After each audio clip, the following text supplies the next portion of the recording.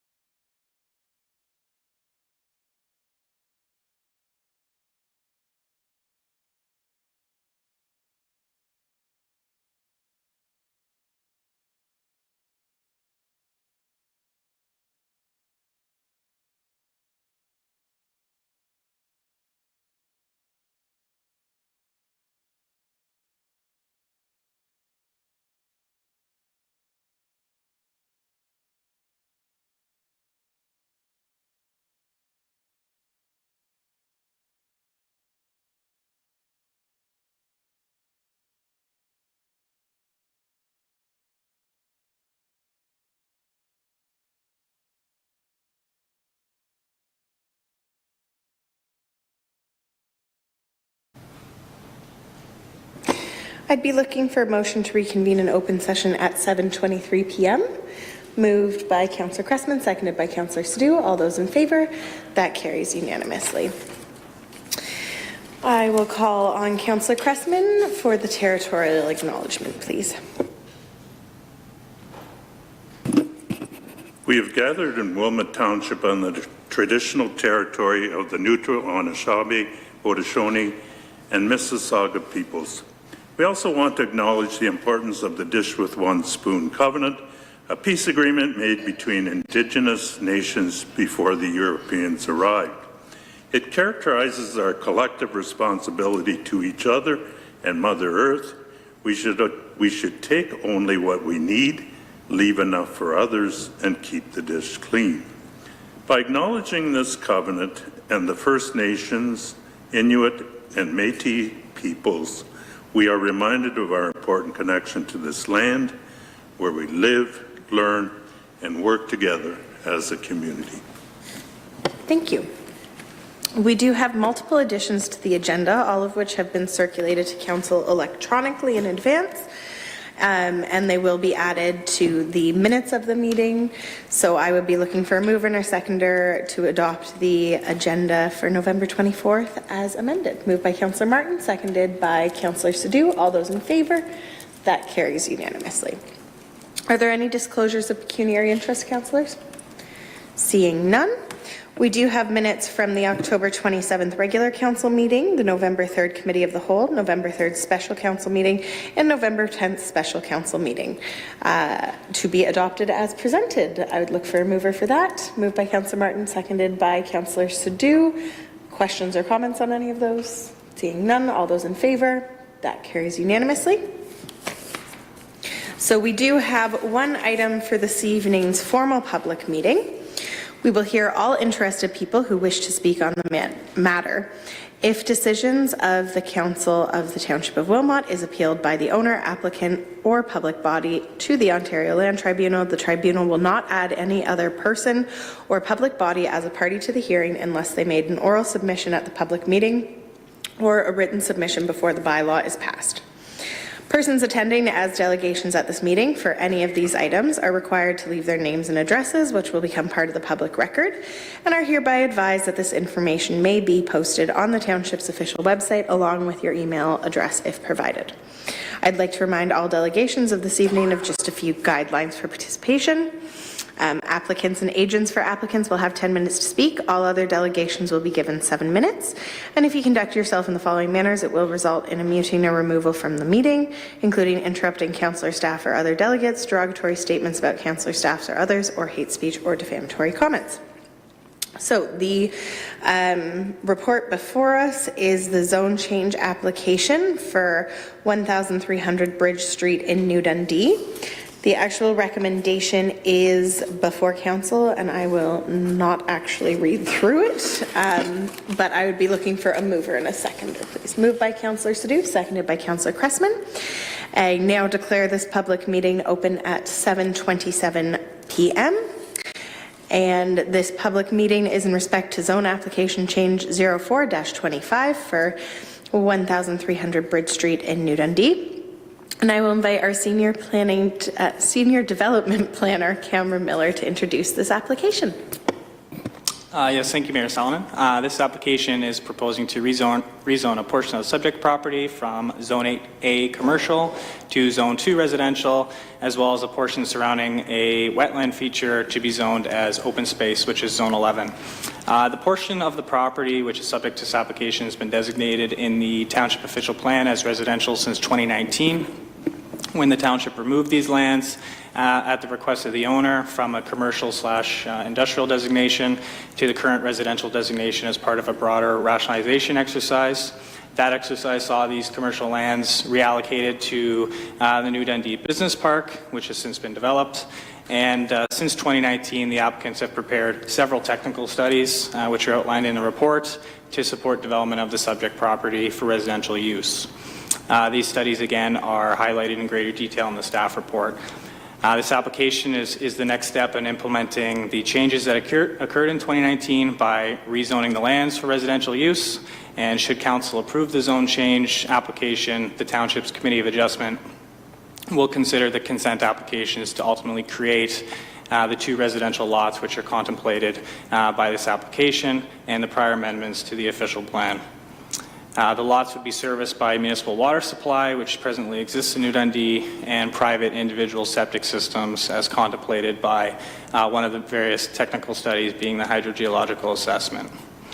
The report and recommendation includes some additional language as it relates to the necessary extension of Catherine Street to serve the proposed lots, and highlights some additional items which will be addressed through a future consent process, such as lot grading and drainage and other standard conditions. In circulating the application, staff did not receive any concerns from the public, written concerns, and are recommending that the application be approved. Thank you very much. Does anybody on council have questions for Mr. Miller at this time? Okay. Seeing none, is there anyone in the gallery who would like to speak to council regarding this matter? Okay. Are there any members online who would like to speak on this matter? Okay. Again, do any members, sorry for the technicality, but as an official planning open meeting, I have to go through this. Do any members of council have any further comments or questions at this time? Councillor Wilkinson. Thank you, through the chair. I think in reading through it, I mean, there was mention of our 2019 official plan that this is sort of the direction that we should take with this particular parcel. So I think ultimately it's a win all around for the community. It completes Catherine Street. You've got servicing. There's traffic environmental concerns are addressed, and I mean, really, you're adding 2 additional lots and protecting the wetlands. So I think it's growth in the right place, and I'm in favor. So I think most people would agree by the sounds of it. Thank you, Councillor Wilkinson. Any other final comments? Speak now or forever hold your peace at this point. All right. Anybody else from the gallery? And again, clerk, to confirm a final time. No one online? Okay. So I see that there are no further comments or questions. Just give me one moment here. Just one moment.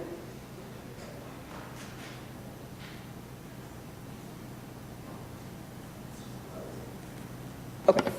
Sorry, just wanted to make sure I get my order of business correct. So the meeting is officially closed at 7:31 p.m.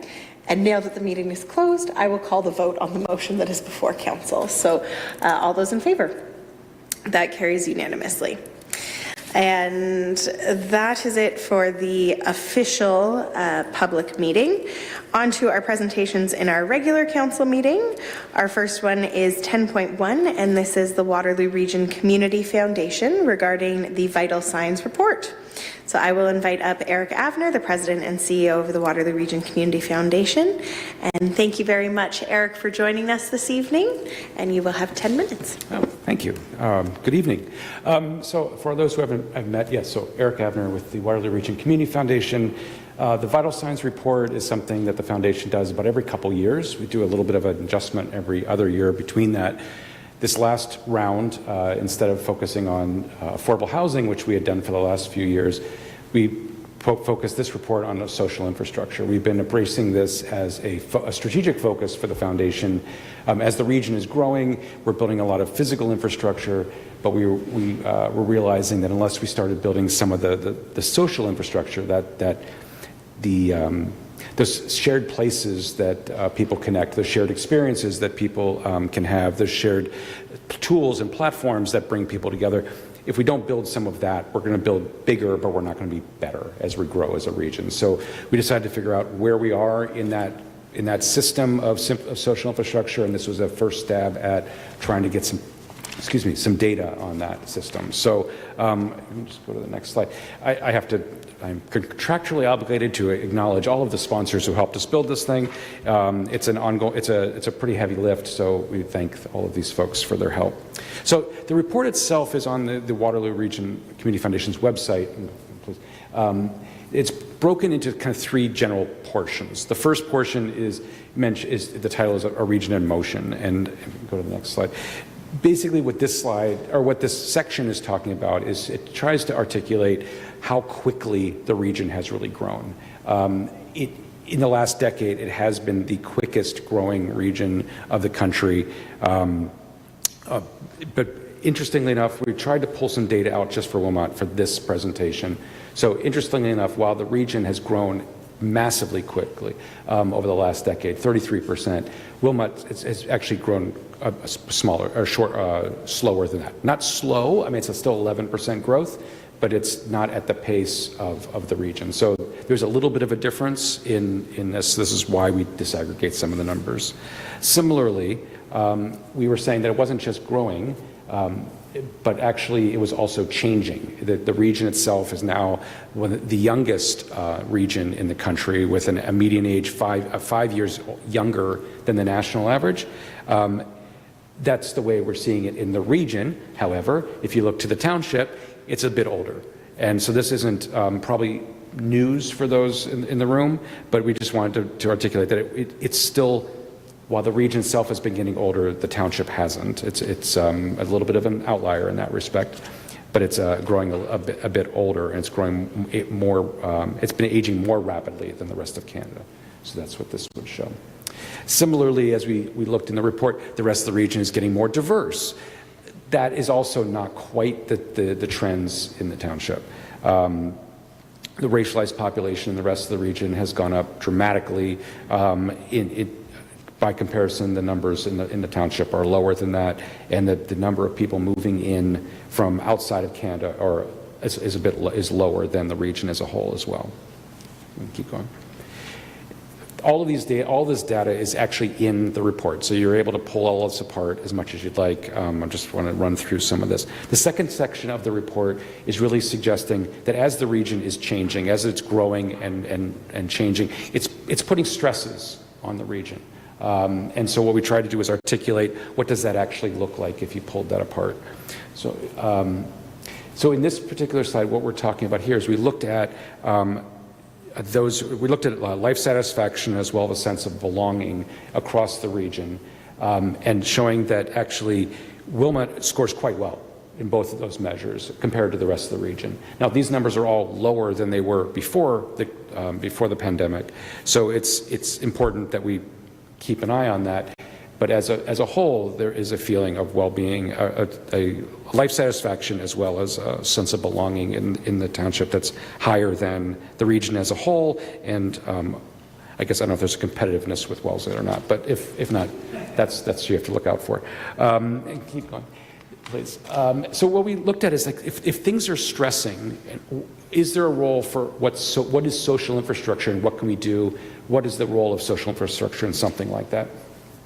So this is a very crowded slide, but let me basically break it down. We looked at, if you look at gyms, recreational facilities, parks, cultural facilities, and community centers, and you look at those four categories of physical spaces or assets in the community, we looked at how often people used those things, and the more often you use them, the better things get.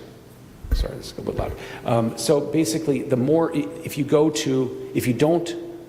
use any of those, your volunteering is low. If you don't go to those things, you probably report worse mental health. If you go to none of those things, you have fewer friends, you have a lower sense of belonging, you don't know as many neighbors, and you have a lower life satisfaction. For each one of those you add, those numbers get better. There is a virtuous cycle that's embedded in here.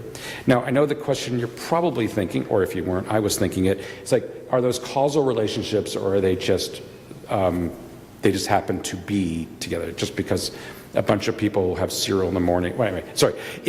Are they causal or not? So if you go to the next slide, actually they are, and the more often that people use them, there's a frequency issue, and there's a range issue. So the more often you use each kind, or the more of those you use, and more often that you use them, things get better. So there's a bunch of studies on the next page, please, that Oh, whoops, I guess let's go back one, please. So there is a bunch of studies that we refer to in the report, a lot of meta-analysis, randomized controls trials, and some other studies that have been documented to show that there is this causal relationship between using more of the social infrastructure that we provide as a region, as a community, and better outcomes. Now, that's to say, though, that it's not across the board that everyone participates. One of the numbers that we had come up with, we had found was that 58% of all Canadians, 50% of Canadians, aren't involved in anything, or any social group, any community group at all. When you don't have that kind of participation, you're going to see these. That's where you start getting a lot of the loneliness and isolation epidemic coming from. So now we can keep going, please. So we tried to, at the end of this thing, give some positive opportunities here. So where are there areas that we can lean on? What are some things that are working that we can celebrate? What are some things that are maybe a little fragile that we can shore up? And what are some things that might be missing that we can do? So we looked at, and these are just a summary of some of the results that came out of the report, that you start looking at particularly the use of social infrastructure in the township, parks and trails, 93% of the residents. Okay, let me back up 1 second. These numbers are based on quite small samples. So take some caution. These aren't, there may not be completely, when we start pulling apart data, we start getting really small numbers. So the numbers are correct, but are they statistically valid? We're not 100% sure. If you aggregate them all together, they are. But just to give you some context, high usage of the parks and recreation on an infrequent basis. On a frequent basis, a little bit lower than the region as a whole, but still like 2/3 of your population frequently uses the parks and trails. Community centers, a strength to build on. This at 70% of residents, they use community complexes or rec centers at least sometimes, 20% higher than the average as a region as a whole. As far as arts is concerned, it's a little bit of a mixed bag. About half the population says they attend performing arts, historic site visits. Maybe that's just the building out front, but it's at least at the third. But lower visual arts attendance. Exercise may be another opportunity. That there's vigorous exercise is not something that's predominant in the township, but there are a lot of things to work from. We also looked at pulling apart a little bit on the arts and culture piece. We started looking at how does that differ by age. Actually, as age goes up, satisfaction and access to arts and culture actually goes up. Interesting. A lot of these things were like, that's interesting. I'm not sure what to do with that yet. I can leave this all with you to figure out what to do with all of this. Obviously, for younger residents, cost and convenience is a role, and then also racialized populations found it harder or less likely to participate in arts and cultural facilities. This is as a whole across the region. We also looked at libraries. Libraries are one of the few areas that we could actually get consistent data across the region. That was a theme that you'll see in the report, that data as a topic was really quite complicated. Different jurisdictions measure things in different ways, and there isn't a single source for most information. Libraries were one of those things that, since the data is reported to the province, there was some apples to apples comparison.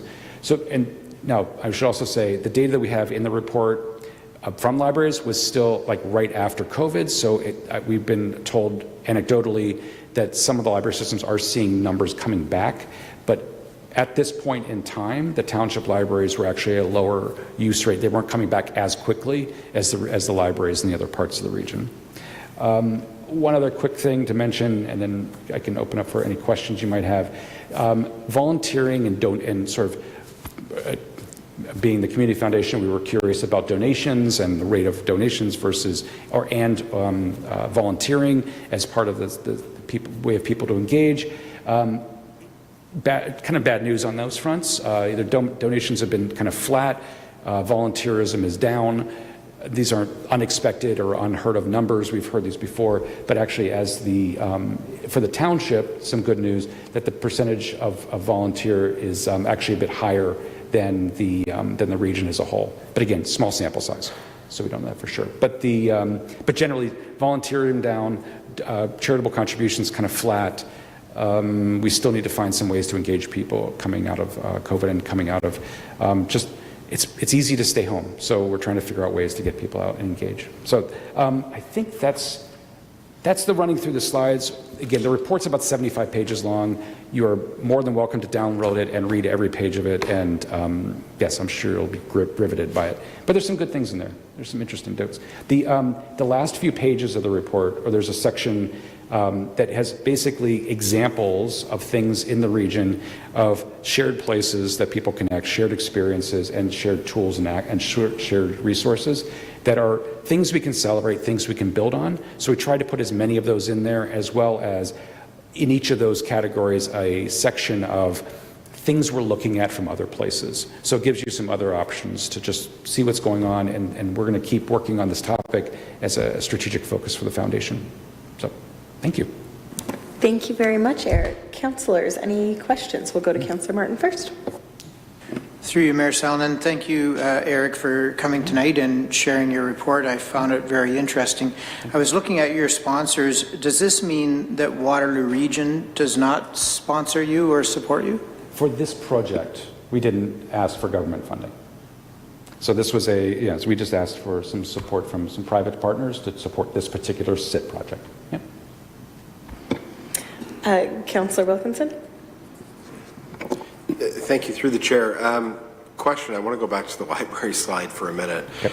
I noticed that Cambridge was down in visits in person, but their program attendance was up. Mm-hmm. In fact, they're the only positive. Do you have any speculation as to why they're doing so well in their program attendance?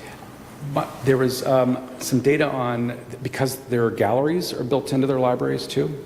So I think there was some programming associated with the galleries that were quite popular, and then the actual, just some of the way that they had been offering programming was being more compelling to residents of Cambridge.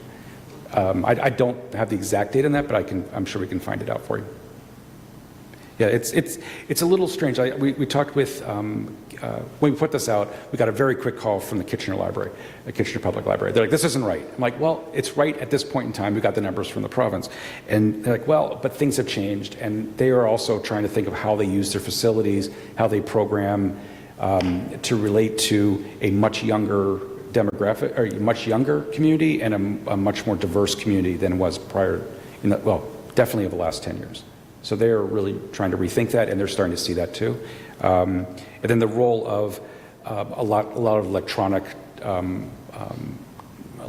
assets that are being borrowed is built into this somehow, but it doesn't really translate to an in-person visit, which is a tough thing when you're trying to get people to connect in person. So, yeah, thanks. Councillor Cressman. Yeah, yes, through you, Mayor. Looking at slide number 10, the one thing that caught my attention, and I know separation of church and state, faith communities are a spot that people connect. Yes. Through a variety of activities.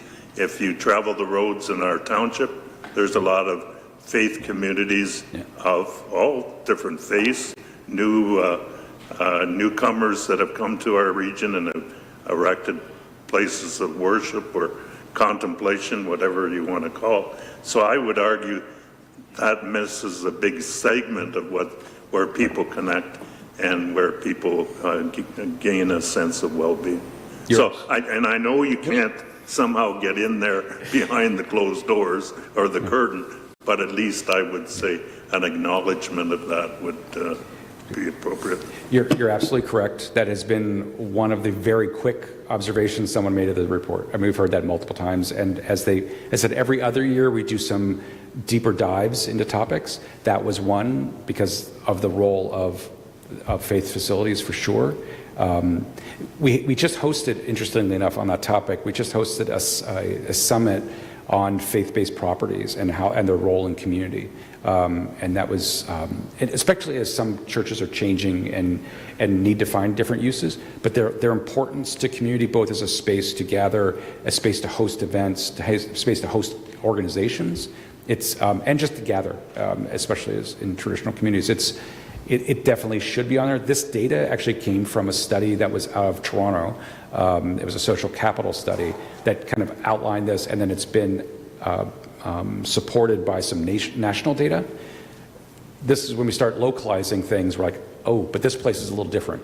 We need to figure out how we embed and we incorporate that into it. So you're absolutely right. Good catch. Any additional comments or questions? Councillor Wilkinson? Thank you. Through the chair, more so just a comment. I mean, I don't think it's an accident that we score so well on satisfaction and belonging. I think we're a very tight-knit community, and we're pretty deliberate about how we grow and the pace at which we grow. It's interesting to me that you've noted that we are older on average than everybody else, and that might even dictate why our volunteer rate is a little bit higher. So it'll be interesting to see how we approach policy moving forward as we sort of look at different community events, different community spaces, parks, and other infrastructure that we may put in place, but also if we start gearing or incentivizing groups to maybe shore up that volunteer base, because my fear is that if our numbers eventually do flip and we start to get younger, does our volunteer number go down as well? And does that potentially affect the happiness? I don't know, but there's certainly some interesting information that you can take away from this. So that's great. Yeah. I would add the comment to that. When we looked at the differences between the sense of belonging and a general well-being, a life satisfaction across the region, the numbers, they had some variation, but they were strikingly different by age. If you broke them out by age rather than geography, very, very different by age. For example, the sense of belonging, for those over the age of 65, 75% of the region feels a sense of belonging, a strong sense of belonging in this region. Anyone under the age of 30, that number falls to 36%. So yes, I think you're exactly right that because there's a slightly older population, you have a higher proportion of people who, by demographic, have a stronger sense of belonging wherever they live. So it is related, for sure. Any other questions or comments, councillors? I'm not seeing any more, but thank you very much, Eric, for joining us. I really enjoyed diving through the report, as well as I think it's timely because we have our Arts and Culture Master Plan refresh coming back. So fantastic. So anything else I can do, you please let me know. Fantastic. Thank you very much for joining us this evening.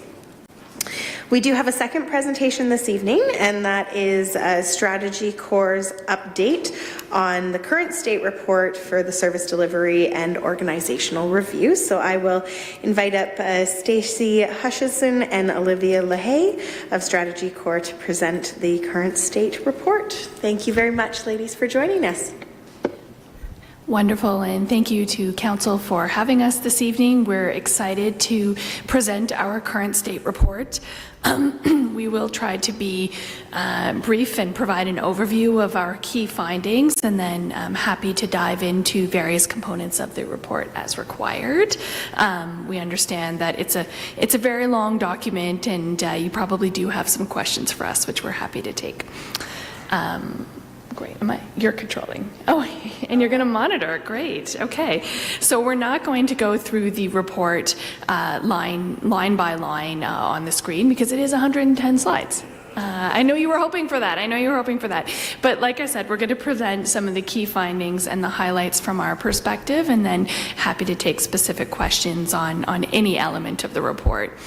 So as you're all aware, and anyone who is in the chamber tonight or online, we were retained, Strategy Corp was retained to conduct a service delivery and organizational review for the township. And this really, opens up or turns over the township and looks at it from all elements, from the organizational structure of the corporation to department portfolios, roles and positions, as well as your services and available service levels. And the purpose of this exercise is really to get a picture of the current state. How is the corporation operating today? What are its programs and services? What is its staff complement? How is it structured? With the goal of, throughout future phases of work, identifying potential opportunities for improvement to optimize the organization and to make sure that you're set up for success in terms of the programs and services that you do deliver today to your residents, but also those areas that may need to expand or evolve as you change, as your community changes. I think we just heard a little bit about that in the previous presentation, and I think Councillor Wilkinson, you just pointed out, that you may need to think about the demographics as you design programs and services in the future. So it really is, how can we ensure that we're set up for success? And of course, as part of these reviews, another underlying way of thinking about them is also understanding that you have limited resources. And so how do we best optimize those resources to deliver value to the community? And of course, as we heard in the previous presentation, you did experience a period of fairly significant growth that is somewhat leveled off, but according to current projections, you're going to grow again, and you're going to grow fast, and you're going to grow soon. And so taking that growth mindset going forward is also critical. All this to say, it's a good time to take this kind of critical look and do the 360 analysis of the organization. So in terms of how we went about our work, if we could just, great, thank you very much. The last few months, the last 2 to 3 months, we've been focused on reviewing internal documents, reviewing external data as applicable, and really working to understand through consultation what the organization's current state picture looks like, what services are delivered, how do things work today. And that led to the fairly sizable document that you see before you. And I would stress that at this stage, our focus has been on the current state. And you'll hear us say that. Within this document, we do outline a very early list of high-level opportunities that, we're going to work with your corporate leadership team to prioritize and review, with the idea that our final report will include a concrete set of recommendations that will guide the organization forward for the future, and that can be implemented through Council's direction. So if we move to the next, so our approach, as I said, we do focus on kind of turning the organization inside out. We do this through consultation. That's a critical input here. We conducted interviews with all members of council as well as the corporate leadership team. We also, importantly, conducted workshops with every department and also engaged staff through an all-staff survey. So all staff were invited to be a part of this process as well. And, from our perspective, members of council, close to the community, but also staff, you know the organization best, and you have a critical perspective that we need to consider as part of this process. The other key piece I mentioned was a fairly robust document review. We looked at the strategic plan. We've looked at kind of past organizational transformation reports. We looked at the community service delivery review that was completed in 2024, as well as various, master plans and strategies, past budget documents as well. So really tried to kind of seed the earth in terms of looking everywhere we could to build up this current state report.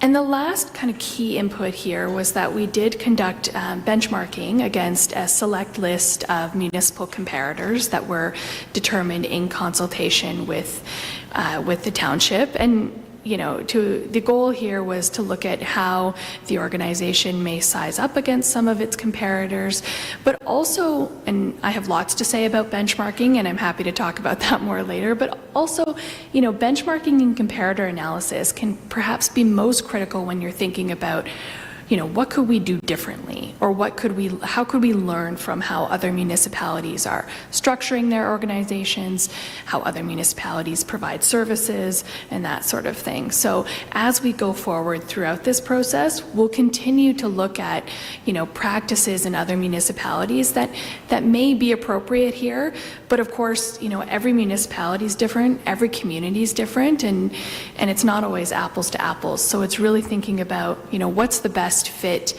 for Wilmot going forward, and how might there be learnings from other municipalities that we could adapt to this context. And I'm going to turn it over to my colleague Olivia to kind of dive more deeply into what we heard and what we found. You can just hang out on this one for a bit. even though I'll jump around.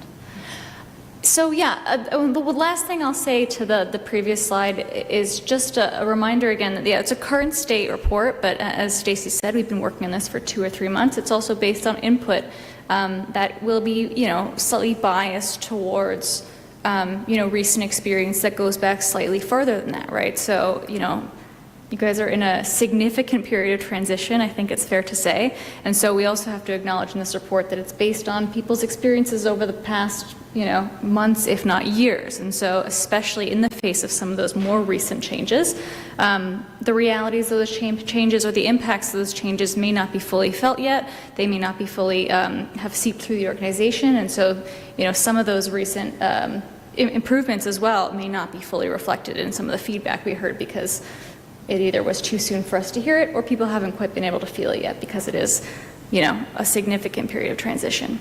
So that does let me start off with a bit of the good news again before I get to the start of this slide, which does start with a bit of the rough picture, but it is to really say this report begins to acknowledge some of the changes that are being made and the direction that's being tried to take and to stabilize and to structure the organization for the future. But it is a challenging situation that you guys are in. We recognizing the financial situation, so you can just stay on that slide.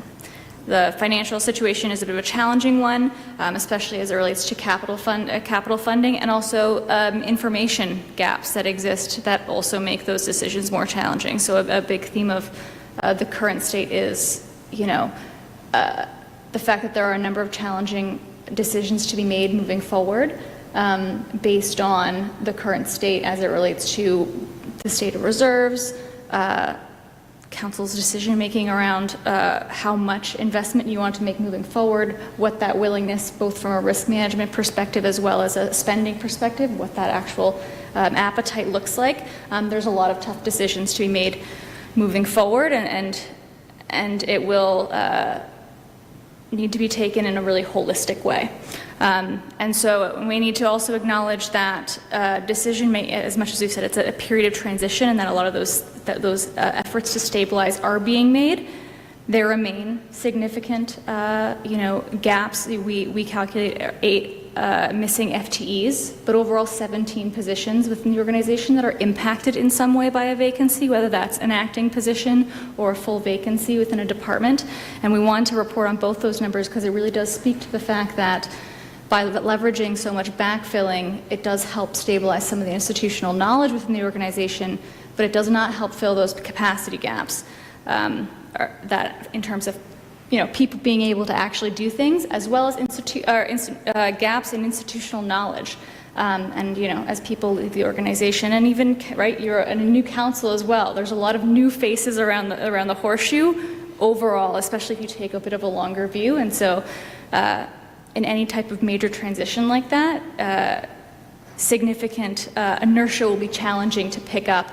And a big kind of piece of collateral damage in all that transitional inertia has been staff morale, which is another thing that we really wanted to come through in this report because it has been, staff definitely report it being a challenging time, just based on that turmoil.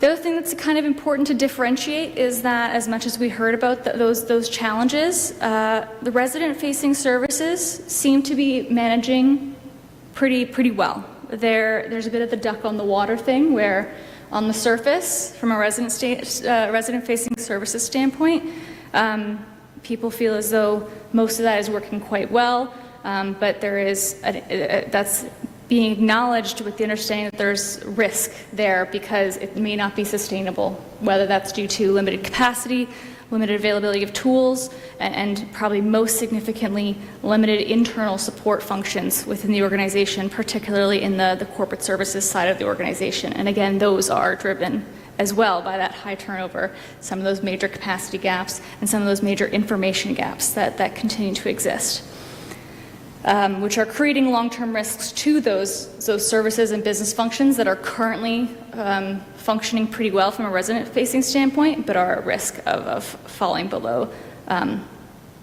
either legislated standards or customer service expectations, though they are not at the moment. And then the last thing really is to acknowledge that, again, to circle back to the important steps that are being taken. this process, doing things like building trust through the budgeting process, getting some of those key vacancies filled as quickly as possible, unanimous support for a CAO, some of these decisions that council can take all together that really both instill trust in the community that steps are being taken to really develop that full picture, but also to demonstrate some trust in staff moving forward that they have the confidence of council to actually go forward and implement the direction that council wants to see them go in.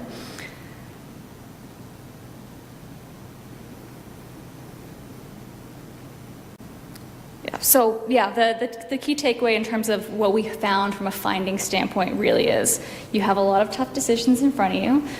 We recognize those. You're taking a lot of the important steps as it relates to gathering the information you need, and a holistic, approach and view of all of that information is really going to be needed going forward, because there will be challenging decisions as it relates to prioritizing what the town wants to invest in moving forward. So, before I get into the specific opportunities that we highlighted, and I won't go through all of them, but I'll flag a few that were that will be classified as mission critical. I'll go over a bit of the methodology that we used to kind of organize the improvement opportunities, the preliminary improvement opportunities we've included in this report. So the first thing to mention is that they're kind of organized along our municipal target operating model. So this is really just, you can go to the next slide. Thank you. So this is really a blueprint that you can use, a way of conceptualizing the working pieces of an organization to advance a strategy. These are the pieces of the how to get to the where, which is your strategy. And so we've organized those into governance and strategy. So where the town, defining where it is that you want to go, that's an important part of those moving pieces.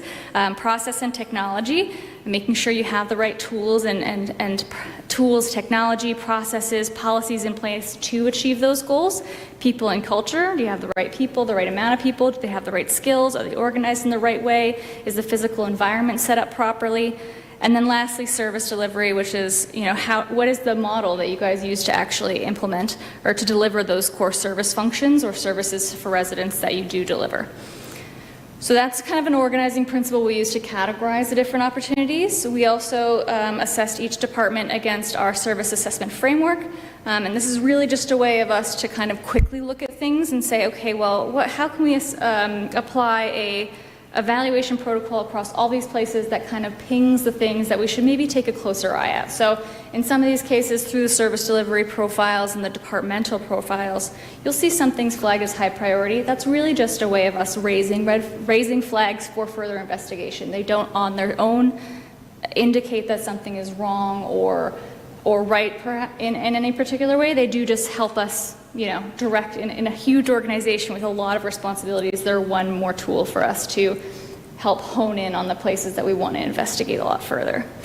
We also assessed all the subservices against our service classification. So this is often something that we do have to get into with service profiling and in a service delivery review, because it helps us understand where the organization has flexibility and where it doesn't, in terms of the types of businesses it wants to be in and those it must be in, and where it does have some flexibility in terms of the manner in which something is provided and where it does not have flexibility. And then lastly, we wanted to assess all of the opportunities that we listed along urgency. And I'll flag a note that we have later in the report here, which is, we used urgency because there is a bit of a unique situation here where urgency may not be the same as priority in every case for you guys. And urgency relates much more to, I can probably get into it by going through the categorizations, but you have those mission critical items that are really about returning to normal or compliance. It's not about continuous improvement, which is the other end, which is really those things like how can we better manage risk? How can we reduce the costs? How can we create efficiencies or do things better?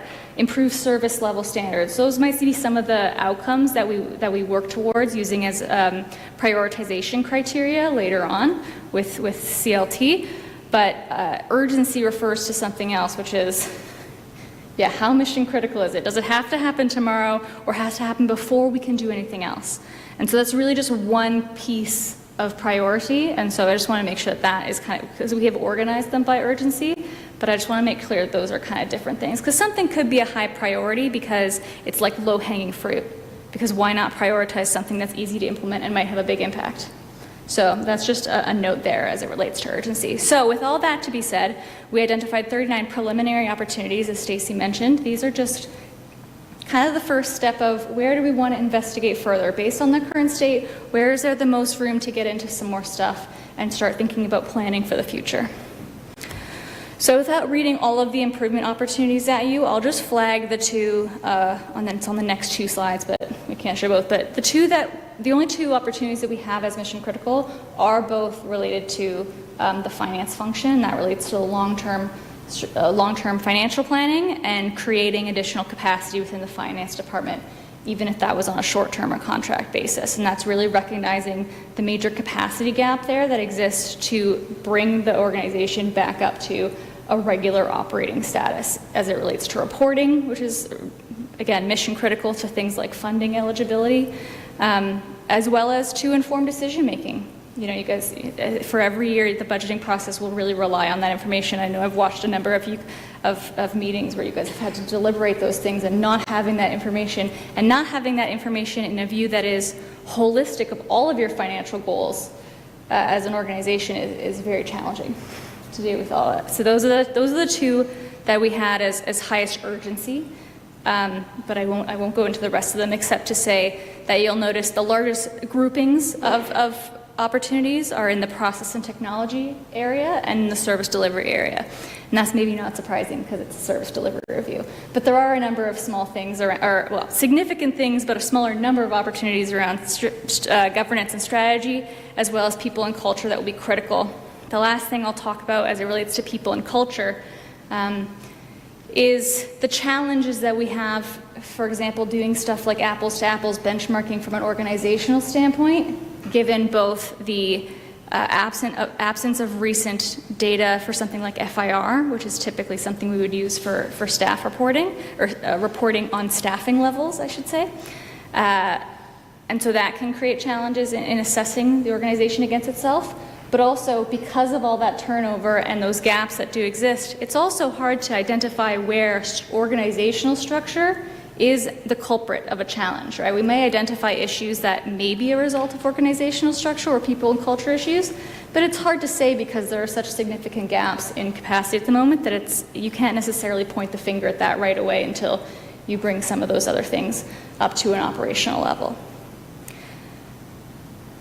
So I'll just circle to the next steps before I open it up to questions. So as I mentioned, we have that longer list of opportunities. Our next steps will be to review that with CLT, do some prioritization, align on, the slide 11. Perfect, thank you. So we'll be working with CLT to align on what those prioritization criteria should be, to help us identify those places that we want to dig into a bit more and start developing those priority initiatives and an implementation plan and more fulsome future state report and recommendations for you all early in the new year. And the urgency and priority thing is the thing I just mentioned. So with that, I think we're happy to open it up because yes, it's a very long report. And we don't want to read it at you, but happy to answer any questions that anyone on council has. Thank you. Thank you very much, Stacey and Olivia, for both the comprehensive report and for the very good overview of said report. Although I really enjoyed it, I'm glad you did not go through every single slide tonight. But we'll start with Councillor Cressman for questions. Yes, through you, Mayor, and previous study indicated I'm an old, well-adjusted, friendly man, but sometimes my wife tells me I'm a bit of a grump. So I guess the slide 15 was one that I got new information as a councillor, and I understand with new legislation that the mayor is tasked with bringing the budget. But at what stage, who's got the fiduciary responsibility for the finances of this township? I believe as elected council, we have that responsibility, and if we're finding out here that we retained certain firms for the first time in your report, I find that odd. So I think part of this process, it's new, and I'm not I'm banging a drum that I've been on before, I understand. But I think we have to be informed, and the one citywide, I didn't know they were doing the asset management plan. I thought it was MNP. Maybe that's, or I thought it was KPMG. And then the compliance, the financial records not being submitted for 2 years, and maybe making us unavailable for grants. That's serious stuff. We could miss out on millions, and we have people in the audience who are concerned about a grant we had applied for water, and could we potentially be out of luck because we didn't have our financial records in? I think, and then I'm held responsible as an elected councillor because of that. So I just think we have to have information flow up and down the system to keep us better in the loop in terms of what the actual situation is. So maybe that's me banging on a drum and being a grumpy old man, and I apologize for that. I don't think that's you banging on a drum. Valid questions. I'm going to go over to Director Okrafka to answer, as many of your questions, Council nor the Mayor were given the opportunity to have insight, and it was actually a past individual who made those decisions on our behalf. But Director Okrafka might fill in a little bit on that answer. Through you, Mayor Sallin, and to Councillor Cressman. Certainly, this report is being factual, and they're reporting what they have learned, and quite frankly, what I've learned, and the rest of CLT. PSD has been retained. There are 2 contracts. They fall within the procurement bylaw such that they were not required to come to council, but they are in place relative to bringing our asset management plan for 2024 and 2025 into compliance. As you are aware, KPMG has been hired. They're working on the budget and also working with us on our financial reporting for, as indicated in this report, 2023 FIR, 2024 FIR, and 2024 AFR. So we are diligently working with KPMG's expertise to bring us into compliance with the financial reporting responsibilities that we have, and we will be updating council as we complete those tasks. Hopefully, with this week, we should have at least one of those tasks completed, which we will update you on. But these contracts are in place, the information is correct, and the procurement bylaw was such that the contracts with PSD were entered into. Again, repeating myself, but without the approval of council, as it fell within the thresholds of the director's responsibility and ability to enter into those contracts. And I suppose just one other caveat. In terms of your questions about legalities on the finances, in the Municipal Act, it is the sole responsibility of the treasurer of the municipality to file FIRs. It does not actually come to council. But again, as noted, it is in the middle of being addressed. But Councillor Cressman. Just a quick follow-up. I'm not against the actions that have been taken. I think they were appropriate. I think they were well timed, and they were needed. I just wish we had the information earlier and were kept in the loop. That's my only point. Fair enough. Councillor Sadhu. Thank you. I want to acknowledge that this was a very in-depth report, about 100 slides more than the last one we got for our service review. I'm noticing there's a common theme of communication, especially in the staff surveys. Like my fellow councillor Cressman is saying, lack of communication, the flow of communication. You guys are the experts. How would you compare what you've seen in our surveys and so far with your findings compared to other municipalities? Is it a very common theme, or are we somewhat ahead of the curve or behind the curve? But just kind of your expert advice on that as far as what you've seen so far. Thank you for the question through you, Madam Mayor. I think it's not uncommon, for sure. Stacey will probably have a broader sample size to draw from, but it's not uncommon to see that type of feedback. I will also say that in this case, though, it's fair to assume that a lot of it is, again, because of some of it is process related. I think a lot of it is actually process related as it relates to information management and, again, that institutional knowledge. And so I think in a period of significant turnover like this, it's not uncommon for a lot of that to break down a little bit. And that can be a major contributor to that. And it does require a little bit of extra legwork to create the systems to allow that to build back up again. And I think organizationally, Olivia's right. This is not an uncommon challenge. And on the FIR in particular, you're not the only municipality that is out of compliance. You are absolutely not. That's not to say that it's not mission critical that you come up to compliance or that you undertake those initiatives, but similarly on the communication standpoint, you're not alone. And I would say that in a big reason for that is the instability within the corporation over the last couple of years. 4 CAOs, every senior leadership position has changed pretty much at least once.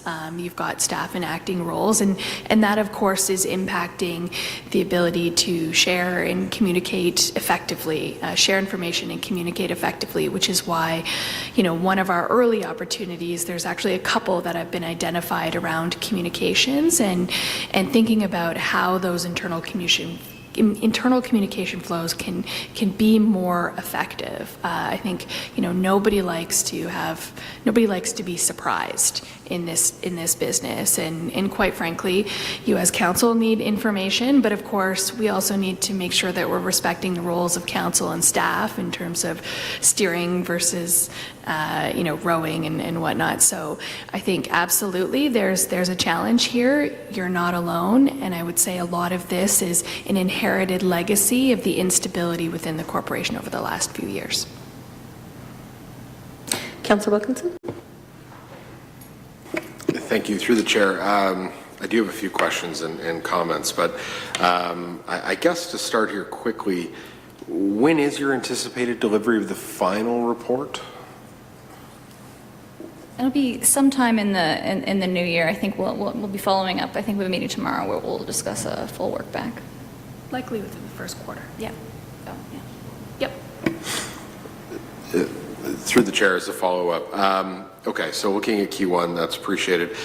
In terms of the process, when I was sort of seeing it detailed out, and I realize that this is very much looking inward at the corporation, but is there any opportunity at all that you would foresee for the public and council to have further commentary on sort of what's coming before the final report is published? Would you normally see that? Do you anticipate that? Are you asking if there'll be an opportunity for the public to provide comment or for members of council to engage with us? So on the public, that has not been scoped in as part of this review, though some municipalities do opt to include public engagement on service delivery reviews, but I'd say it's not been common in our practice. Certainly that's something that we could look at as a potential add-on to the scope of this project, and certainly members of council are invited to reach out to us at any time, even following this council meeting, should they have specific questions they'd like to ask or share additional feedback. I think that's the beauty of email, is the inbox is always open, right? So. Through the chair, thank you. I don't necessarily know that it needs to be scoped as like a public meeting or an information gathering session, but more so, is there going to be maybe multiple presentations where we might have some public feedback before we sort of adopt the final, I guess is my question. I would refer to Director Krafka, but I do believe we had discussed about the opportunity for allowing public comment at our next presentation, but I would defer to him. Through you, Mayor Salonen, the intention would be that there would be a staff report which would be able to have delegations to that staff report as part of the final report, because certainly it will include recommendations and budget implications and items like that council will need to consider, and so we would have a staff report attached to it, whereas the current state is more a statement of the current state.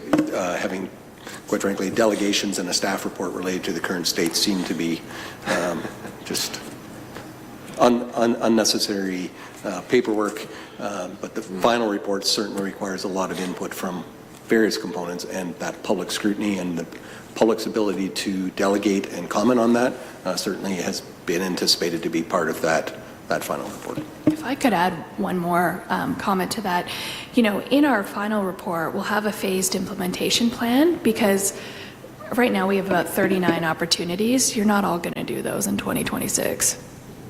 Quite frankly, right? And so we're going to, present a recommendation or a recommended implementation plan that will likely stretch over several years. So in addition to what the director just mentioned, some of those items are going to need to come back to council for approval or for information. And so there may also be future opportunities as well as you actually implement the recommendations from the service delivery review. This isn't a one and done in the course of 1 year. That some of the things that we've referenced in our report and are likely going to take a look at as part of the next phase are actually quite transformational in nature, and are not not everything is a quick win that you can adopt in the first 3 months.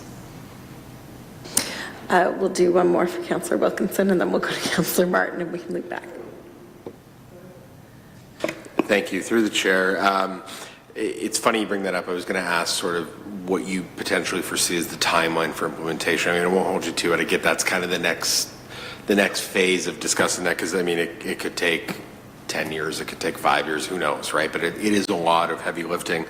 But I think sort of what I was taking from the overall tone is that there's sort of a strip back and more so a focus on getting back to core services and being very, very good at that, which I would say aligns very closely with what my expectation and philosophy is in general. It's nice to have some of the discretionary pieces, but if we can offload some of them and get back to what we're meant to be doing, then that will help us move forward. So I appreciate at least that perspective is coming through in a lot of this. Mm-hmm. Councillor Martin. And yes, I was referencing you, as I know Councillor Dunstall had asked you to read some remarks. So it's a very serious topic. I appreciate what you're doing, and I'll say something from myself, but right now I'm Councillor Dunstall, and I feel bad that I'm losing my hair, so I wish I could flip up her hair, and show something different, because she has more hair than I do, and she tells me that she's better looking. Unfortunately, I'm away. However, Councillor Martin has kindly agreed to read this on my behalf. During our last budget season, residents raised concerns about township efficiency, staffing, and transparency. Mark, a Foxborough resident, suggested a lean-style review. I did the research and brought the motion forward, which I consider the most important of my term. My business operations background really valued that this report was organized into 3 clear parts: assess Wilmot's operating environment and key risks, profiles departments and services, and lists initial improvement opportunities under 4 pillars. I agreed with the highlighted major risks: unstable finances, incomplete asset information, and pressure on core services. It gives us a factual base of where we stand and what needs attention. This report lets residents see what is happening in their own ward, and I especially encourage New Hamburg residents to read the ward-specific section. Thank you to Strategy Corps, and I know from experience the amount of work and time this takes, so a special thank you to Director Okrafka and staff. I look forward to seeing phases 3 and 4. Well done. Thank you, Councillor Martin, acting as Councillor Dunstall. I now understand why you were in the local TCP performance recently. Did you have any of your own comments that you would like to add or questions? Thank you, through you, Mayor Salonen, and I apologize that she didn't say through you, Mayor Salonen. Through you, Mayor Salonen, I do appreciate your report. There's so much that could be said, and I certainly can't match the 100 and some slides. I think echoing my colleagues' concerns, the long-term financial plan, and just recognizing that there are difficulties. I want to express appreciation to our staff because I think being willing to face this and so whether Director Okrafka, well, all directors, Director Catania, Director Vanderwell, Director Martin, Chief Leeson, all of you being willing to face these issues head on. CAO Wilmer being willing to join us coming out of retirement. And so I appreciate that. Yeah, it does seem like it's a long road ahead, but at the same time, starting to organize and starting to list the different priorities and look at what we need to do. So I think it paves the way. So thank you for that. We'll go to Councillor Cressman. Yes, through you, Mayor. I was just going to ask a question. You had looked at growth of the various departments over a period of time, and I was wondering where you pointed out the turnover that occurred, and in some cases severance was paid. Would that be nested under the department that individual was no longer part of, if severance was paid, and as such, would we get a false sense of growth because of the severance that was issued for an individual in that department? And through you, Madam Mayor, I would, and understanding that you guys are missing an active treasurer, I would say that data is based on the line, like the staffing line from the budget. So that would be that's kind of the most detail I can give you. Councillor Wilkinson again. Thank you, through the chair. I mean, just in general and overall, yeah, this report is, I think, some of the best information we've seen in a long time, and it's very welcome. I will say, from my perspective, as you guys sort of embark on the next phase, understanding that there's long-term financial planning is mission critical, it's key, and I think another opportunity is obviously, and it's listed here, but is urgent, but really is making sure that our technology gets up to par, right? Because that's going to allow for further efficiencies. So very happy about it. And then if I could add one additional comment, there's an individual who we probably would have expected to see this evening, but is not here to comment on this. A resident from my ward who's a regular here at council does send his sincere congratulations and happiness to see what's come out of this report. So he sends his regards and kudos to everyone who was involved in this report. And I think most folks will know who that is. Any other questions or comments at this time, councillors? I guess my main question, beyond, again, thanks, this is a very exciting update to see, and although there is definitely work ahead, I was actually pleased to see not everything was mission critical, in that there is, should we choose to follow this plan, an actual path forward that will get the corporation, I think, where a lot of people would like to see it. So excited about that. I guess my question is just in terms of proceeding into the next steps. I know you'd mentioned that council can certainly reach out, but if we do have residents who do want to add comment, what would you say is the best way? Would that be through councillors to then relay the information to yourselves? I ask because I've been asked this question 3 times today by residents. Our suggestion would be that council relay those comments through Director Okrafka, and we can determine and collectively how to proceed with them. That sounds great. I don't see any other questions or comments. And again, this was just a presentation for us to receive information. So thank you again very much for taking your time to come in person this evening. And we look forward to continuing to work with you guys. Thank you. Thank you. Thanks. And thank you again to all of our staff who've supported this ongoing initiative as well. It's very much appreciated. On to the remainder of our agenda. This evening, we have no delegations. We do have multiple correspondence, including ones that were added to the agenda. Those have all been circulated to council in advance of the meeting. Did anybody want to pull any correspondence items at this time? Okay, seeing none. We do have 4 items on our consent agenda. Would anybody like to pull any items from the consent at this time? Seeing none, I would look for a mover and a seconder for the consent agenda items. Moved by Councillor Wilkinson, seconded by Councillor Sadhu. All those in favor, and that carries unanimously. On to our reports for this evening, which is 14.1 if you're following the agenda. The first report is CAO-2025-16 to be received for information, and that Council approves the amended hiring and termination policy as attached to this report. To get this on the floor, may I have a mover and a seconder, please? Moved by Councillor Martin, seconded by Councillor Cressman. And I will now call on our CAO, Jeff Wilmer, to introduce this report. Thank you, Madam Mayor. Actually, I'm going to I'm going to introduce Melissa Diaz, who herself is going to introduce the report. Melissa is our Director of Human Resources and Health and Safety, and I have stopped calling her our new Director or Manager of Human Resources because even though she's only been here 2 months, she's definitely hit the ground running and accomplished a lot, so we definitely do not consider her new. Welcome aboard, Melissa, and please take it away. Thank you. Through you, Mayor, to Council.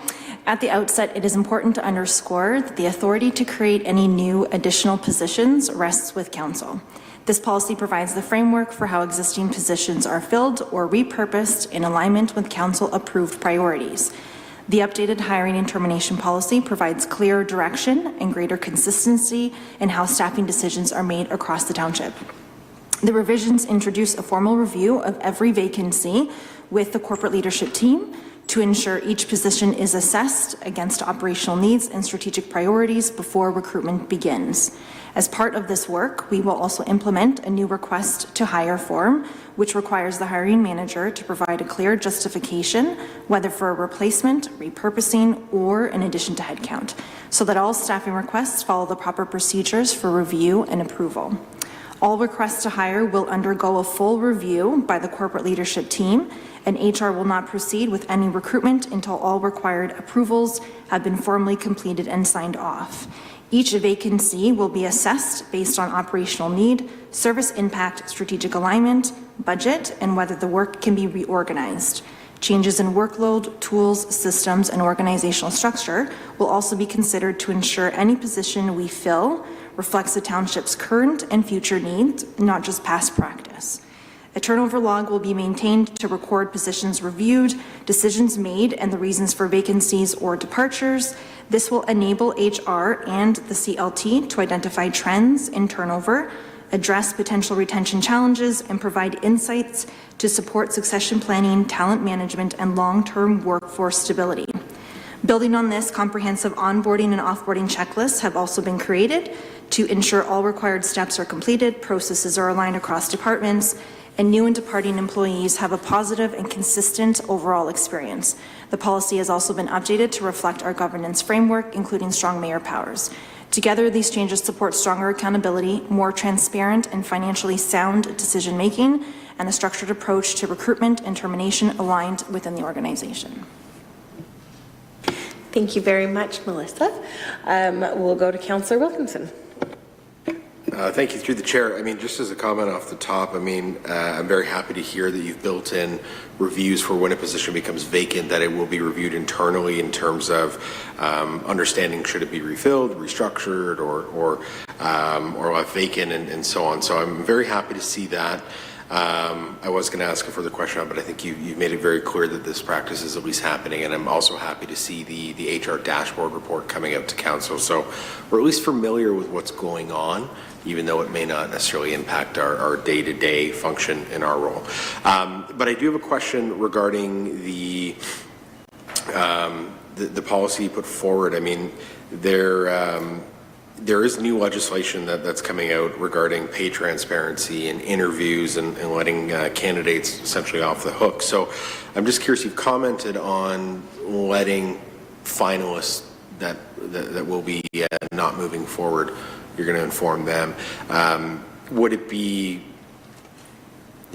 necessary at this point to bake in further guidance or regulation into this policy that would suggest anybody you speak to and screen will be informed, or do you anticipate that because it's going to be an overarching legislation, you'll just put that into practice? Yep, thank you. Through you, Mayor, to Councillor Wilkinson. We have already put in practice the recommendations as per the Pay Transparency Act, meaning the salary information already is already posted. We're ensuring that all candidates that we speak to and interview will be notified within that 45-day period, especially in the circumstance where we've had delays in the interview process. We're going to ensure that they're being made aware as well. So I've definitely spoken to my team and ensured that we're putting that into practice now versus waiting until January 1, 2026. But to answer your question, so wouldn't necessarily be all candidates that apply, would be the ones that we directly reach out to and speak to that would be notified within that timeline, sorry. Any additional questions or comments, councillors? Okay. Oh, Councillor Martin. Through you, Mayor Sallin, I wanted to echo Councillor Wilkinson's comment about the HR dashboard and express appreciation for you doing that, and thank you for your work on this. I'm not seeing any other questions or comments, so I'll just wrap up with mine. I want to say thank you very much for this report. I think it's really great to have some clear definitions and processes going forward. And I guess I just wanted, because I think it's important for policy going forward, under the strong mayor's part, and not that I'm looking to hire or fire anybody, but for transparency, because I do think it is very important. I want to understand that I'm correct in that should a mayor with strong mayor powers choose to implement them in the hiring process, that would have to be made public through like a decision note, correct? So if they were choosing to void the rest of the policy, that would need to be made public. Correct, Mayor. Great. Thank you very much. I don't have any other questions or comments, so I will call the vote. All of those in favor? And that carries unanimously. We will now move on to another CAO report, and this is the remote, before we do that, I have been asked to take a recess, which I keep on forgetting to grant that request. Would there be a mover and a seconder for a 5-minute recess? Moved by Councillor Sadhu, seconded by Councillor Wilkinson. All those in favor? We will reconvene at 8:45.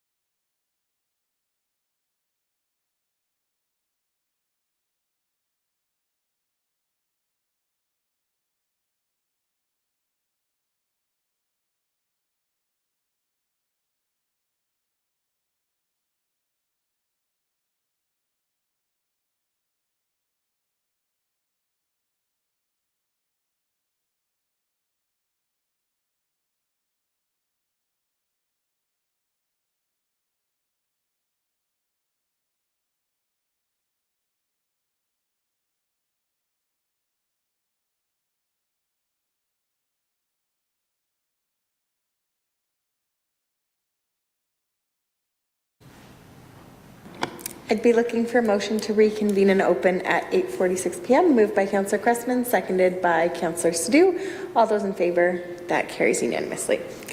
Now we will jump into report. This is 14.2 on the agenda, and it's the CAO-2025-17 HR-007 remote work policy to be received for information, and that council amend the remote work policy attached to the report, reflecting changes to leader work from home eligibility, IT equipment issuance, and clarification regarding organizations' discretion over remote work arrangements to be approved. To get this on the floor, may I have a mover, please? Moved by Councillor Stu, seconded by Councillor Wilkinson. And I will now turn it back over to our Manager of HR and Health and Safety, Melissa Diaz, to present. Thank you. Through you, Mayor, to Council. Through recent recruitment, the Township continues to see candidates request or expect hybrid work options. The Township's remote work policy continues to balance operational requirements with flexibility that supports employee attraction and retention, which is especially important in a rural municipality like Wilmot, where access to broad candidate pool can be more challenging. When managed responsibly, continued access to remote work preserves service delivery while helping the Township remain competitive, broaden its reach for skilled candidates, support employee retention, and maintain budget neutrality. To demonstrate active management of the program, an adjustment is proposed for 2026 that would reduce the maximum number of remote work days for leaders from 3 to 2 per week. This ensures consistent leadership presence, supports team coordination, and maintains operational continuity. Current practices show that most managers are not using their full remote work allocation. Many use done with a small number using 1 per week, meaning the proposed change primarily formalizes expectations rather than altering practice. Remote work remains a discretionary privilege that may be adjusted as operational needs evolve. Managers and employees are expected to maintain regular check-ins and coordination practices to ensure alignment, accountability, and productivity across teams. Additional amendments to the policy clarify that IT equipment will be issued only when essential and remove partial anchor days from the previous policy to simplify scheduling. As of today, 22 of the Township's 87 full-time employees, approximately 25%, work remotely at least 1 day per week. Council is asked to approve these amendments to ensure the Township's remote work policy remains clear, practical, and competitive, supporting both operational needs and the attraction and retention of top talent. Thank you. We'll open it up for questions. We'll go to Councillor Cressman first. Through you, Mayor, this might exhibit my ignorance, but I've never stopped asking questions that revealed that. Anchor days and leader remote days, could you just give me a little bit of, I was trying to find that out. I didn't search real well what an anchor day is. Yeah. And are those ones that go plunk in the night, or? Yes, of course, through you, Mayor, to Councillor Cressman. So anchor days are the days in which employees are in the office. So right now that's 3 per week for employees, whereas for leaders it was previously 3. We're proposing that it move to 2 per week, effective 2026. Okay. Councillor Wilkinson. Thank you. Through the chair. I suppose I have a question, like, how are we addressing fairness, say, between employees who are eligible for remote work and those that are on the front lines? You know, it should be no secret, I do work in this field, so I see it a lot. We see manufacturing starting to move. We've got folks that have to be at a physical location to perform their work, and a lot of thought and processes going into finding that maybe the administrative staff should be in full-time as well. So I guess, how are you proposing to balance that, and are there any other flexibilities or recognition programs for the frontline staff that we rely on to have to be out in the field? Great question. Through you, Mayor, to Councillor Wilkinson. Coming from manufacturing myself, I'm very well familiar with the fact that many of the employees, certainly out on the production floor, are required, and it is not an option. which I often heard directly from them about it. In those cases, quite honestly, we are very transparent during the recruitment process to set expectations on the onset that unfortunately, so an example would be someone who sits at the front counter. As much as we'd love to be able to accommodate remote work as an option, it is not, because there are services that need to be provided which require someone to be in person. It's, in all honesty and transparency, it's not always necessarily going to be fair. Whether there are opportunities for recognition elsewhere, I'm certainly happy to talk with the corporate leadership team in lieu of them having the ability to consider remote work, like maybe there is an opportunity to do something different. Because, you know, we have skilled trades and individuals out on the roads or at our aquatic center who would not have the ability, you know, to enjoy the, not enjoy because they're still working, but, you know, have the ability to be considered for remote work. So again, I will fully admit it's not necessarily always going to be fair. That is our duty and responsibility to ensure that we're being fully transparent as part of the recruitment process. What I can say is through a lot of the recent roles, and especially on the managerial side, we still do very much have candidates who are asking and will not consider coming to work for Wilmot unless we continue to provide remote work options. So, you know, as much as we'd love to maybe look at reducing it in some areas, is there an opportunity to do so in the future for employees? Sure. I think right now we're trying to stagger it in, starting with our leadership to set that expectation, and then something that we can review down the line. But I know we do continue to struggle with, many of which want more remote work days than what we're able to provide today, and some of which we've had to decline offers of employment to because we just not something that we can accommodate. I think what is important and why I wanted to present that it is something we still continue to offer, because we are able to then pull in a larger pool of candidates, meaning that we can go further than we typically would from a radius perspective in, you know, encouraging candidates. We have some of which work for us that live in GTA area, which typically, had we not had this in place, wouldn't necessarily consider an opportunity with us. So even from a pool of candidates, top talent, really trying to invest in the right people, it just broadens our capability to do so and maintaining it. Councillor Wilkinson again. Thank you, through the chair. Another question, and maybe not necessarily for you, Melissa, but you know, what metrics are we using to maybe monitor how remote work may affect our customer service or response times, or just general service delivery? I mean, is there anybody at any level that is potentially monitoring this and how it might affect our service delivery to residents?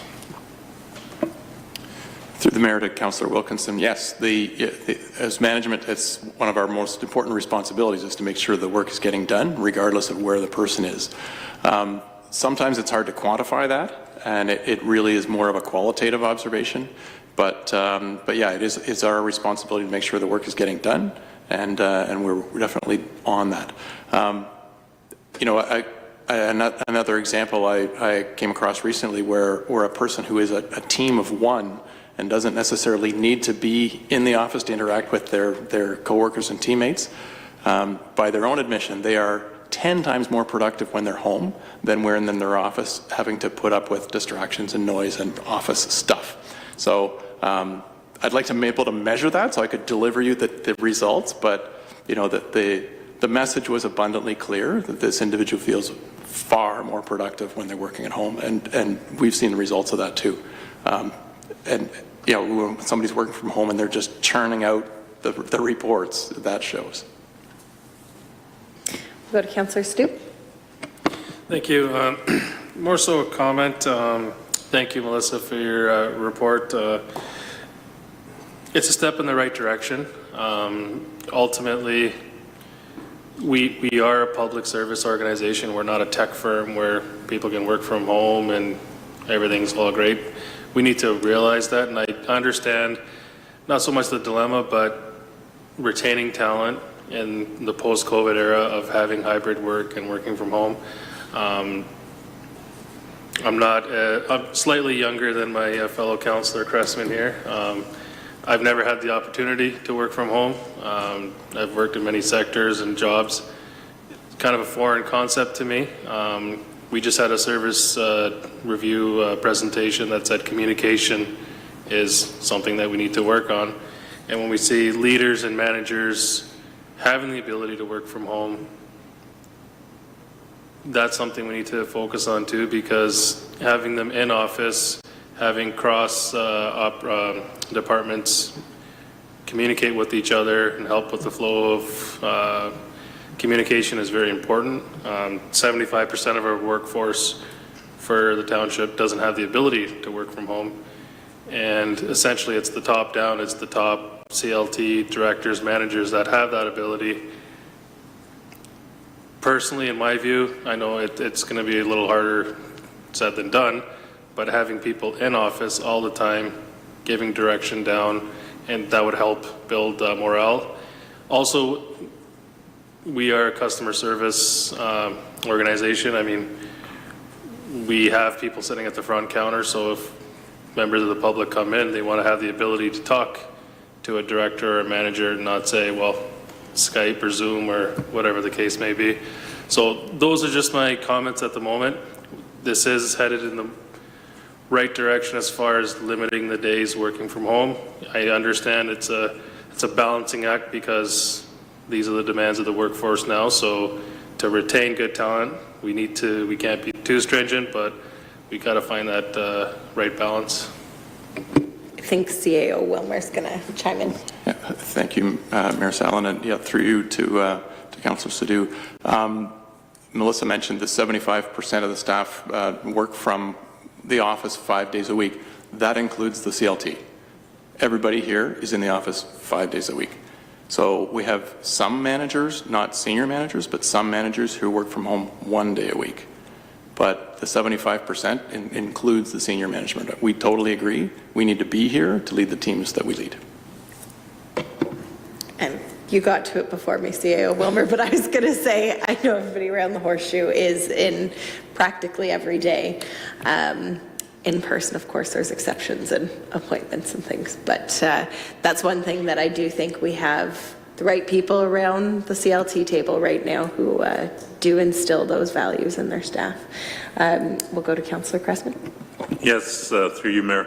I think the other question I had, especially coming out of the service review, was the, oh no, the word evades me, the corporate culture, and how you, can you get the corporate culture that you want as an organization through people working remotely. I know this is maybe anecdotal, but I know my son is CEO of an engineering firm, and the one thing that surprised him with co-op students who during COVID didn't have the opportunity of coming in to the office was they thought how great this was. And he said, I don't think they realized what they missed, what working with others together missed. And so what that meant working as a group and working collaboratively. So I guess that's, again, I like Councillor Sadhu, I believe this is moving in the right direction to build the corporate culture that is important to our organization, and as such, congratulate you on that.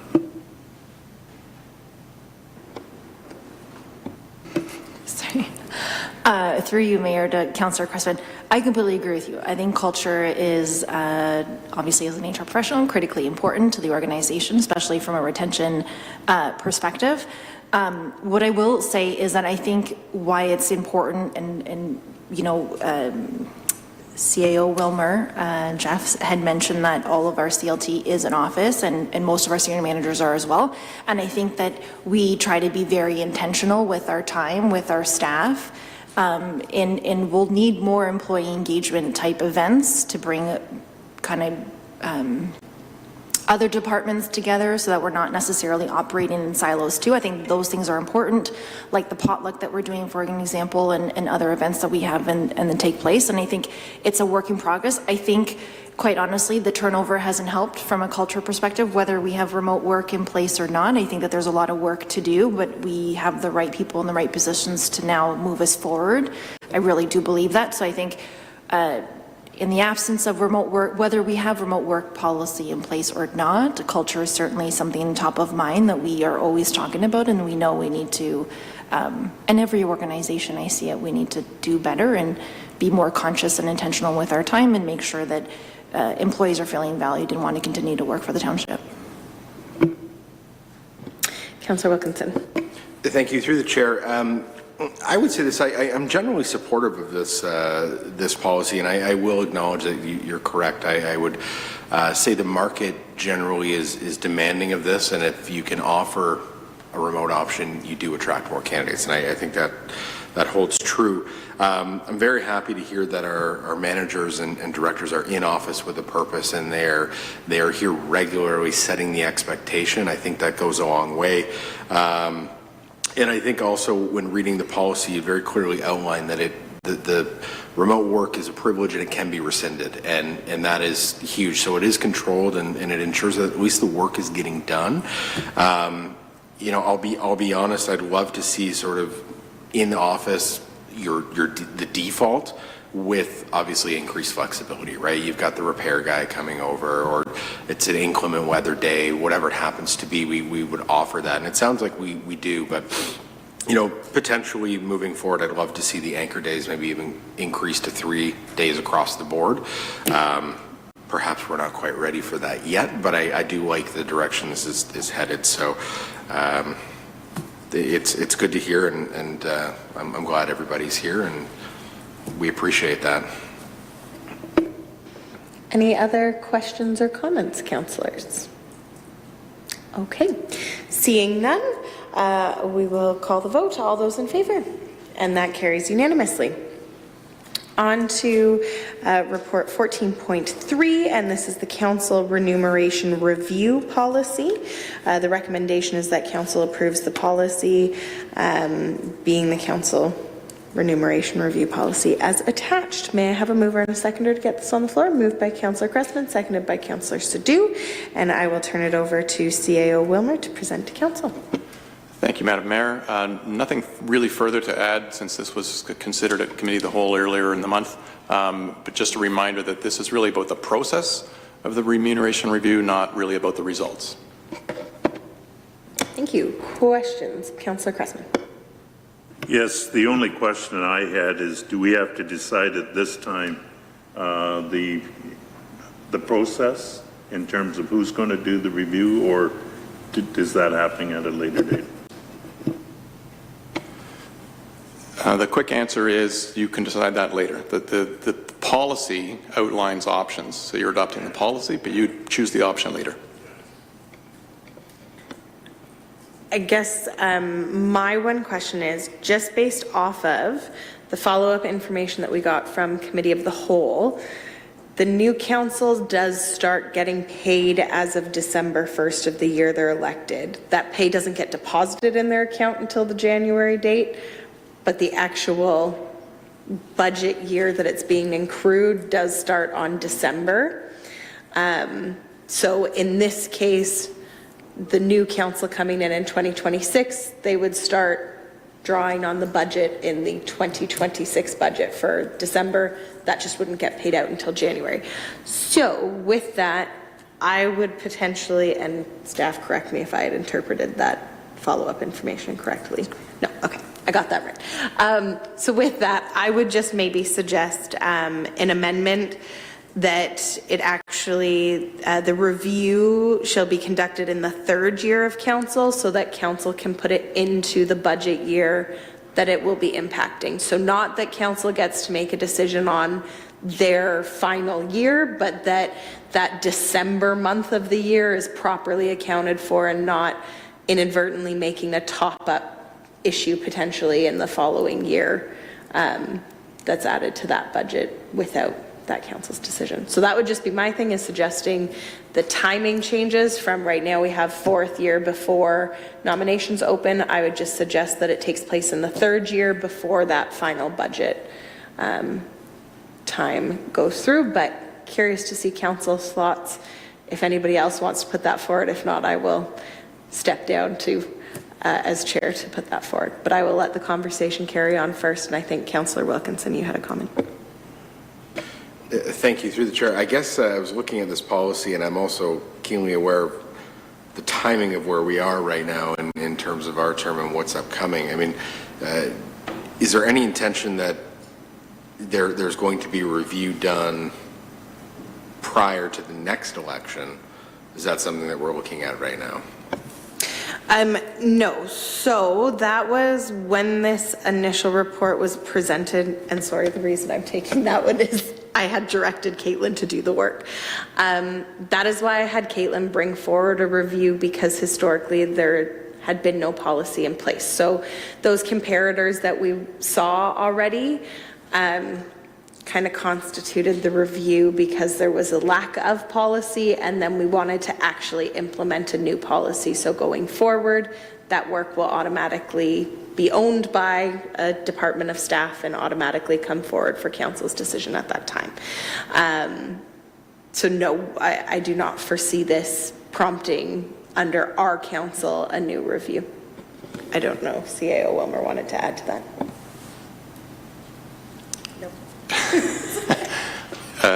Yeah, I think anything I say might just cause confusion, so I'll pause.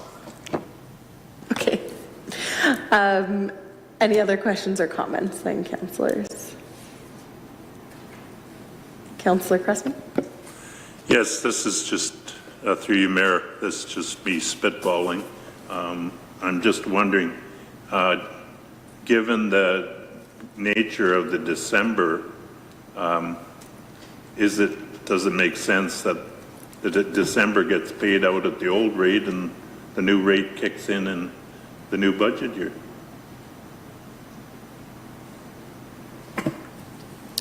Through the mayor, certainly that's one option. The other option is that you have a small negative variance for 1/12 of 1 year in a 4-year term.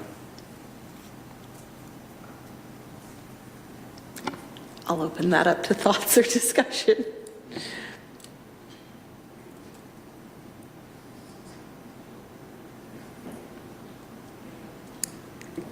Councillor Cressman? Yes, through you, Mayor. As I read the paper, I think other municipalities are facing this and haven't made the decision yet. They're trying to figure out how to make the decision. And I guess that would be my recommendation, that you get the old rate for the first month, and guess what? The next year you get the full rate. So I don't know, maybe I'm wrong in that. Any other comments or questions on that? Or any other comments or questions? Councillor Wilkinson? Through the chair, I mean, as I sort of did a quick scan again, and I'm looking at my notes, I mean, I'm sort of the same opinion. It kind of is what it is, I suppose, right? We will accept it. So I'm generally supportive of this. I mean, it puts the pay on a clear and predictable schedule, and it has a very clearly defined review. And with the benchmarking, I suppose that obviously there will be questions that will come up in terms of how the recruit goes for the citizen committee, how the comparators are selected. But I suppose that'll be bridges that'll be crossed at the time. But it seems fairly well defined. So at this point, I would say, given the conversation, I'm fairly supportive of where we're at. Any other comments or questions? Seeing none, you've persuaded me enough not to bring forward an amendment, then I'm fine with, if that's how council wants to proceed. Any other comments from staff on this? Yes, CAO. It may be helpful if council wants to add a component to your resolution to say when this takes effect, because if it takes effect today, then you're obligated to do a review in 26. So if you want it to take effect at the beginning of the next term, probably best to specify that. Councillor Cressman. Through you, Mayor, I was under the impression that if we approve this policy, that the committee, or however method we we determine will be struck to determine the salaries for the next term beginning January 1st, 2027. Okay, so you were interpreting that we would actually implement this policy and then this council would execute said policy? Yes, that Okay. this council would execute this policy, but we wouldn't get all, I don't know what the vernacular is, our nose out of joint with the December pay period. Right. We would just have it flow as the pay period that the previous council had for what they would have been paid for that month, and that the new policy kicks in January 1st, 2027. That's kind of what I was alluding to in my kind of recommendation, so that we would then decide between the three options, whether we have a consultant, consultant, staff, or a citizens committee that would be tasked with coming up with recommendations, and then council would make a decision for the 2027 and years forward. Okay, and I think that that's what CAO Wilmer's saying, and I had simply made a different assumption when I had asked for this policy, because my assumption was tying the decision to a budget. But if clearly we can make the decision without it being tied to a budget, if we're willing to take that difference of the December pay. So if we want to do in effect what you're asking, we just implement the policy as is. If we wanted to do it in effect of my original intent when I asked for it to be brought forward, but it's been resolved through the conversation about the December, then we would do what CAO Wilmer was saying and say a date of when it comes into effect. So essentially, if you want to achieve what you want to achieve, then we would just pass it as is. And excuse me, through you, Mayor, it's been moved and seconded, so then I would suggest that we call the vote. Okay, I've had a request for a call of the vote. We don't normally go through this in our proceedings. I'm not positive if we have to do a vote. I know at the region we do in our procedural bylaw, so I'm looking to the clerk.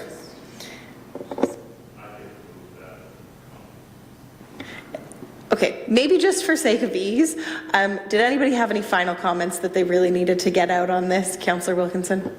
Thank you. Through the chair, I think just to clarify, so generally supportive of the policy as a whole, that a once per term review is at least mandated to happen, does not guarantee or necessitate any sort of pay adjustment, but at least it will be reviewed. And it also is clearly separate from a cost of living adjustment, which I know this council has declined to take since we've taken office.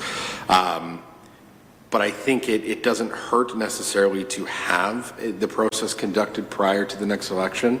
I think that's the key question I would have is it feasible to achieve what we're asking through any of the methods, or are we looking at maybe a report back on that? Because I would suspect that this policy has to be executed and the work has to be complete prior to a nomination period opening up. I'd maybe look to CAO Wilmer. Through the mayor, the quick answer is yes, it's feasible. Okay. Any other comments or questions? Seeing none, just before I actually call the vote, I will give clarity because I know we've now gone around about a few times. So as the motion currently stands, if it were successfully passed, it would mean that this council would then undergo conducting this policy to do a review. At a later date, we would choose which of these options in the policy that we would pursue to do the review, but the review would be done for the incoming council at the 2026 election. It would impact that council, but for the calendar year starting of 2027. Okay, I will now call the vote. All those in favor? And that carries unanimously. On to Report number 14.4, and this is the zone change application for 63 Benjamin Street in New Dundee. The recommendation is a bit long, but it is before everybody on council, as well as, like I said, it's item 14.4, the zoning change application for 03-25. May I have a mover and a seconder for moved by Councillor Cressman, seconded by Councillor Wilkinson. And I will call our Acting Director of Development Services, Andrew Martin, to introduce this report. Thank you, Mayor O'Sullivan. Briefly, this report or application was brought to Council as a public meeting in June of this year. It deals with redevelopment of the former creamery site in New Dundee. Long-standing application that's been proceeding through the different levels of approval and reviews, and is finally at this stage where Council can consider a recommendation for approval of changing the zoning from industrial to residential to allow for 6 existing lots on an old plan of subdivision from the 1800s to be used as residential instead of industrial. Since that public meeting, the outstanding items that were addressed were dealing with GRCA's outstanding issues with respect to the limits of floodplain and access. There was a noise study that was being reviewed, and so the outcome of that study identifies noise warning clauses to be implemented in future conditions of purchase and offers of sale. And ultimately, there's an emergency access to the one lot that would have its primary access through the floodplain out to Front Street. There's an emergency access should that primary access not be available out to Bridge Street, and that was supported by the region. Appreciate that Mr. Patterson's been sitting here patiently through this application on behalf of the applicants, and certainly I'm available to answer any questions that may come up. Thank you. We'll go to Councillor Wilkinson first. Thank you. Through the chair. At first glance, I mean, in generally reading through the report, I don't have any major concerns, but I'm just looking at again the drawing, or at least the plan that was presented. The existing structure that does face out onto Bridge Street, or I suppose it might face the other direction, but I'm curious. It almost appears as though there's a septic bed and outlet potentially directionally draining that direction, and then also there would be 5 new septic beds that would all be directed at the water supply pipe feeding the existing property. Is that a concern at all? Has that been addressed? That is one thing I didn't want to get too deep into the studies on, but can you comment? Certainly, yeah, through you, Mayor Sullivan. So there was a Hydro-G study that looked at the impact of septic systems on groundwater, and the outcome of that was there was no downstream private wells that would be impacted by any effluent. Certainly the septic system's requirements are to treat the effluent before it exits the property, but should there be a failure in that septic, the conclusion of the Hydro-G study was that there was no downstream recipients that would be impacted by elevated nitrate levels if something were to go wrong with the septic. But there are regular reporting structures required in a tertiary treatment system which are proposed for these sites that would come to our building division annually to ensure that they do the proper maintenance and inspection. But the answer to your question is there are no private wells servicing properties that would be impacted by effluent from those septic systems. Councillor Cressman. Yes, I think there's lots of residents of New Dundee that would be appreciative of this moving forward post haste, and certainly the individual who has worked with this project has to be commended for all he's done to clean up the site. That being said, I'm wondering about the green space to be zoned 11. There was some ideas raised at a local optimist meeting about projects within New Dundee, etc. Could that be an area where there could be a flower bed and benches and stone and kind of a community gathering area? And I guess the question is, who's going to take responsibility for looking after it? I guess that's always the case, but I know that was some of the ideas that were circulated around our our table about, well, what do we do with this corner? And I know the individual who owns the property is likely perplexed to a degree with that corner as well. So would there be anything that would restrict something like that in that corner, other than, of course, a go-ahead from the owner? Yeah, thank you, through Mayor Salomon. Certainly the plan as it's proposed, that would form part of the residential property. The open space zoning just prohibits buildings and structures, primarily residential occupancy. What that private individual would choose to do, and if there's an opportunity for kind of a private-public partnership, would be up to that owner. This was a property that was considered many years ago and ultimately determined that there was existing park resources in New Dundee between the community center and the park, and the need for an additional park wasn't deemed to be necessary at that time. But this doesn't preclude that from occurring in the future. It's not part of the framework proposed by this application, as it would be privately owned land. Any other questions or comments, councillors? Okay, seeing none, I will call the vote. All those in favor? That carries unanimously. On to report 14.5. This is the Petersburg Distribution Water System budget considerations. The recommendation is also before council. I'd be looking for a mover and a seconder to get this on the floor. Moved by Councillor Sadoo, seconded by Councillor Wilkinson, and I will invite our Acting Director of Infrastructure Services, Ken Vanderwall, to introduce the report. Through you, the Mayor. Staff are bringing forward for consideration to budget the Petersburg water system upgrade. Per the provided information to the public, the water main replacement project was estimated at just over $3 million. Through the design process and review of our pavement condition survey, the roads in this neighborhood are deteriorated and structurally deficient.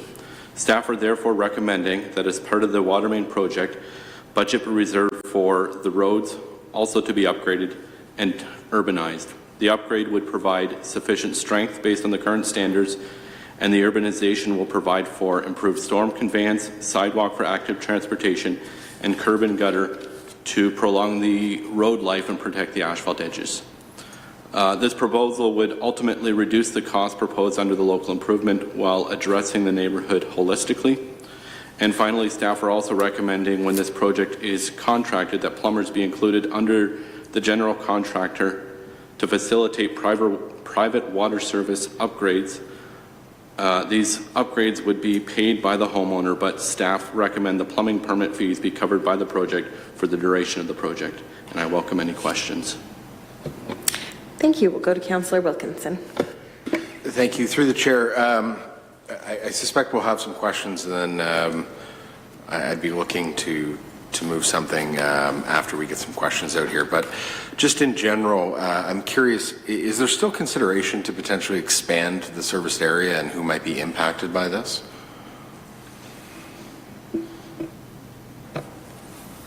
Through the Mayor, from a water servicing perspective, the opportunity to expand the service area would still be there.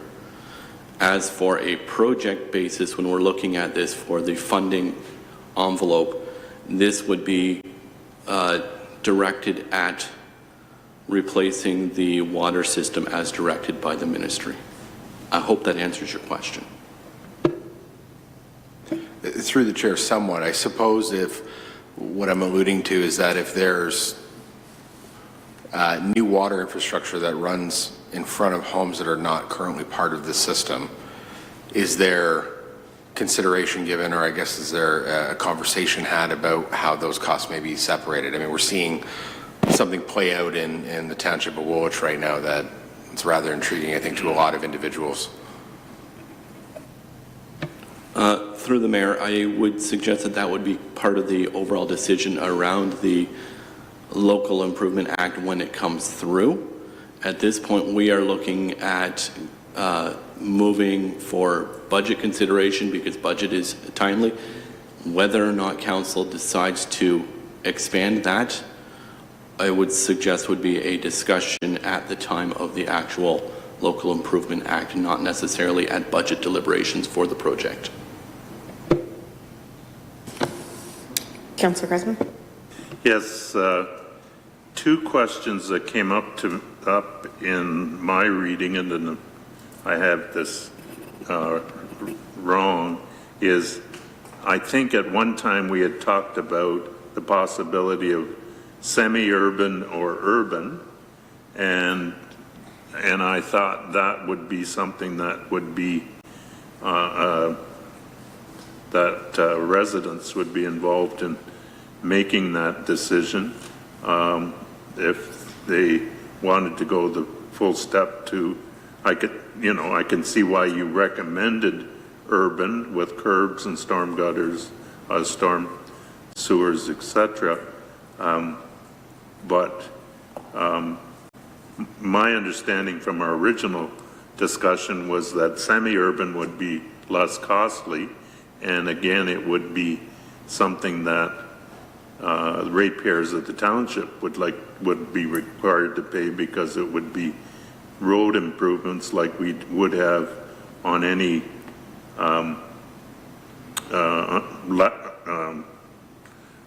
lateral sewage wastewater upgrades in any other areas of Baden or New Hamburg. So I guess I look at this and say that was one piece that surprised me. The other one on page 5 of 6 was this aspect of what I call lateral drilling. I've used it when I put my new well in. It's a slick way, but it has a cost associated. And if somebody wants to have somebody come in with a mini X and open a trench and dig his water line in, I don't think we're precluding by this that they are required to do lateral drilling. I think my one piece is likely, because it's a private system, that the access of water went into a number of these homes not from the front, but likely from different directions, given the placement of the house and where the water lines. But that's just me having an assumption of the water system that was there previously. So I can understand why digging a trench halfway around the back of a house to go in to where the water was connected previously is not really practical, whereas you can go under the foundation and come up in the spot that you wanted in the house with lateral drilling. So that's too much description likely. So, but that's just two of the questions I had in reading this. So through the mayor, hopefully I caught all these components. First of all, the recommendation here is for budget moving forward. It does not preclude what you've discussed about whether or not we go through. So there is still an open house that is to be presented to the public to verify some of these components. The impetus for this is because we are presenting for budget for construction next year. So we are not in a state to bring the full package to the public for the open house. So those considerations, whether or not it gets curb and gutter, whether or not the storm system, are still possible through a public open house scenario. In terms of the funding, we are not looking at these additional components being put in a local improvement act. If it was not clear in the report, I apologize for that, but the intention was for the road works to be coming out of our annual paving budget, and then for the additional works, curb and gutter, they would be, again, based on the tax assessment, and they are laid out separately because they do not, in our opinion, fall under our annual paving budget that has been discussed previously.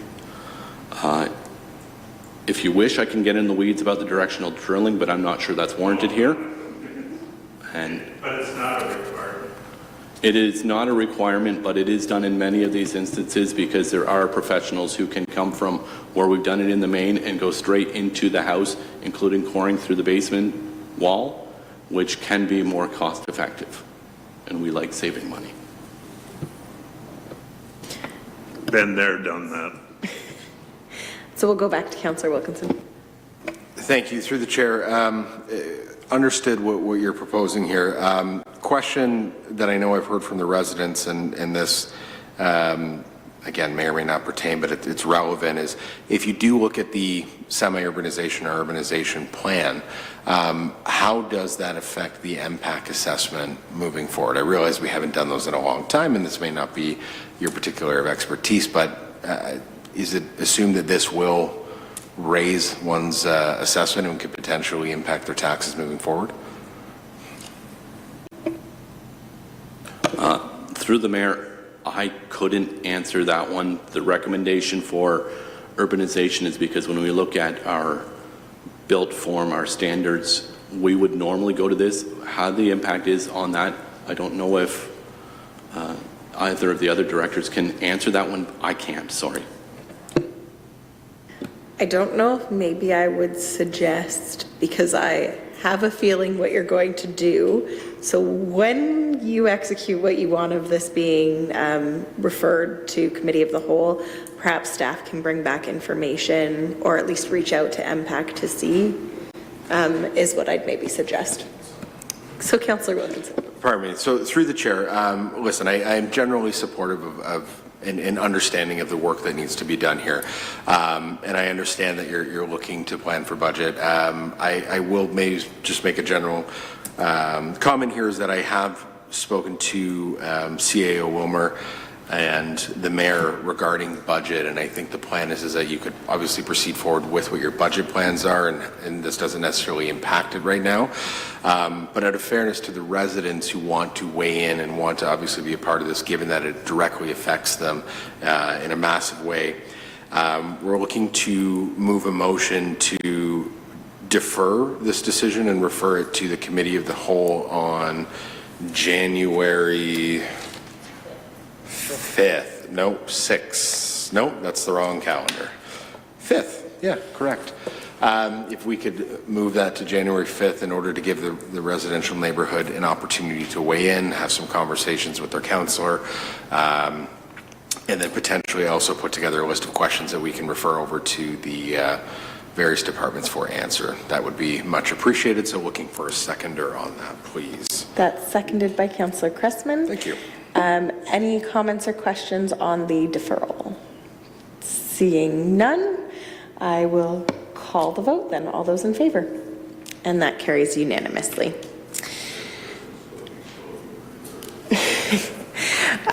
On to our bylaws for this evening. So we have two on the agenda, which is 15.1 and 15.2, both pertaining to the amended zoning bylaw for Bridge Street and for Benjamin Street in New Dundee. I'd be looking for a mover and a seconder of those. Moved by Councillor Cressman, seconded by Councillor Sadhu. All those in favor? That carries. And now, that carries unanimously. I do want to introduce an item to the agenda, and this is 15.3, being bylaw 2025-75. So I am introducing this particular bylaw for council's consideration under strong mayor powers.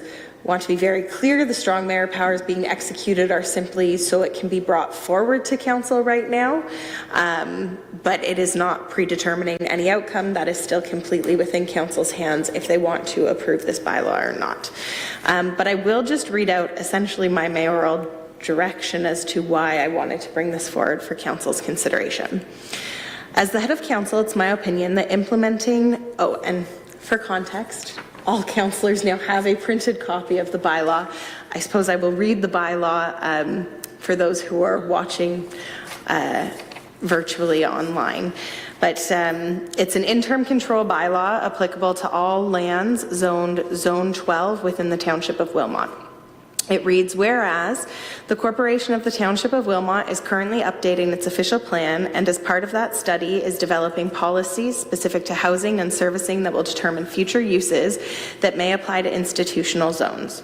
And whereas, in accordance with the provisions of Section 38 of the Planning Act, RSO 1990C, page 13, The Council of the Corporation of the Township of Wilmot deems it desirable and appropriate to enact an interim control bylaw upon all lands in the Township of Wilmot zoned Zone 12 under the Township Zoning Bylaw 83-38 as amended, pending completion of the new official plan and any zoning bylaws that may be enacted to implement its provisions. Now, therefore, the Council of the Corporation of the Township of Wilmot hereby enacts as follows. 1. That this bylaw shall apply to all lands zoned 12 under Township Zoning Bylaw 83-38 as amended.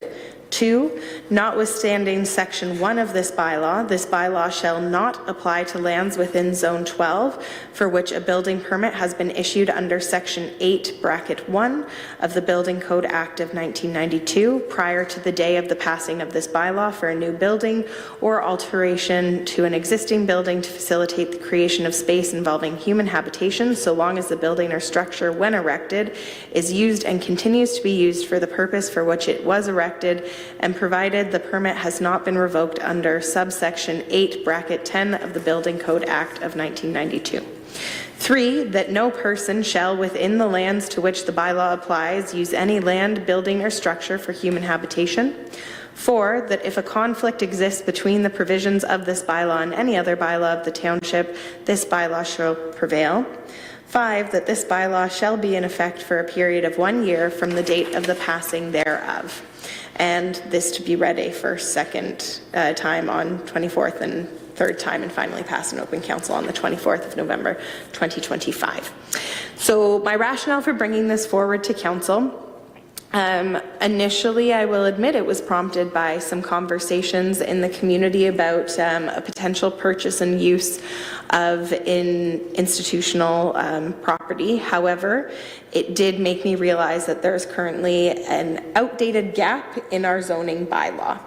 And that we have multiple institutional properties across this township, and our institutional zoning bylaw has not been updated since 1983, which is older than myself, and I feel 40 years, especially with all of the planning changes that have happened by the province recently. It certainly calls for a time for us to reassess, and it aligns very well with the fact that we are currently undergoing, as you guys know, our official plan amendments. So I will read my justification for my mayoral decision because it does outline why I think it's desirable for us to pass this bylaw. But again, to be very clear, my powers have now thus stopped. I can only introduce the bylaw, and it is up to council to decide how we choose to dispense of this. So as head of council, it's my opinion that implementing an interim control bylaw on all Zone 12 properties in the Township of Wilmot will ensure that the township can review our outdated institutional zoning bylaw and ensure that it aligns with our official plan review, along with ensuring that the township, as a township, our bylaws support provincial priorities related to coordinated planning, housing supportive, community infrastructure, and responsible long-term growth management. The decision to introduce this bylaw for council's consideration tonight does not predetermine the outcome of the bylaw, as council will determine whether an interim control bylaw is adopted. So my rationale and provincial alignment is that the province, through Bill 23, Bill 109, and the 2024 Provincial Policy Statement, has introduced significant planning reforms requiring municipalities to modernize zoning and align land use frameworks with provincial housing and growth objectives. Wilmot is currently completing its mandatory official plan review, including conformatory with provincial policy, growth allocations, servicing expectations, and housing objectives. During this period, premature or fragmented land use changes involving institutional lands risks undermining both coordinated growth planning, efficient and fiscal responsibility servicing, long-term housing supportive infrastructure, and alignment with regional and provincial growth frameworks. Bringing this interim control bylaw forward for council's timely consideration ensures that the municipal planning decision during this critical conformatory period remains consistent with provincial direction. Under Section 38 of the Planning Act, interim control bylaws are specifically intended to allow municipality to pause new uses while undertakes a review or study of land use planning policies. Given that Wilmot's Z12 institutional zoning has not been comprehensively updated since 1983, and given the ongoing provincial conformatory work, initiating an interim control bylaw for council consideration is squarely within the intent and purpose of the Planning Act. The provincial policy statement emphasizes that municipalities must undertake integrated, comprehensive planning rather than making isolated, site-specific decisions that set unintended precedences. The interim control bylaw is required to prevent piecemeal commitments of institutional lands during Wilmot's official plan update. Provincial policy requires municipalities to plan on a long-term horizon aligned with provincial population and growth allocations. Institutional lands form a critical component for long-range growth planning, supporting the infrastructure and community services required for future populations. An interim control bylaw provides the necessary pause to ensure these lands are not committed to new uses before Wilmot's planning framework as outlined, including aligning with provincial housing mandates, population and employment projections, long-term servicing capacity, as well as regional growth plans. Wilmot includes numerous institutional properties located both in settlement and rural areas. Some of these lands may have potential now or in the future to support wide range of community servicing or housing enabling functions. Before making any changes or new interpretations to the Z12 zoning category, the township, in my opinion, must undertake coordinated, transparent township-wide review evaluating which institutional or community servicing uses are appropriate across different contexts, how institutional lands can best support provincial housing and growth objectives, how compatibility with servicing, infrastructure, and transportation systems can be ensured, as well as how meaningful community impact can inform this review. So with that, you've now listened to me ramble on for quite a bit, but this is why, in essence, I brought forward this bylaw for council's consideration, and I would open it up if council has questions or discussion before we vote. Councillor Cressman first. Yes, I believe through you, Mayor, identifying these structures changing purpose for use for human habitation is the key in this, that we don't have an unintended consequence that we would impact places of worship, etc., that aren't used for housing purposes. I'm just trying to, it's often the unintended consequences that trip you up in some of these things, and I just want to make sure with maybe Acting Director Martin that this is the case. Sure, through you, Mayor Solomon. So that is the way the wording is drafted is to ensure that ongoing projects or existing properties aren't impacted from expansions or use of their property. It specifically is targeted towards the introduction of new residential uses in an institutional area. So it doesn't preclude operations such as NITHU from continuing their ongoing operations and their expansion that's occurring, or if an existing church wanted to expand their place of worship space, it wouldn't prevent that from occurring. Councillor Wilkinson.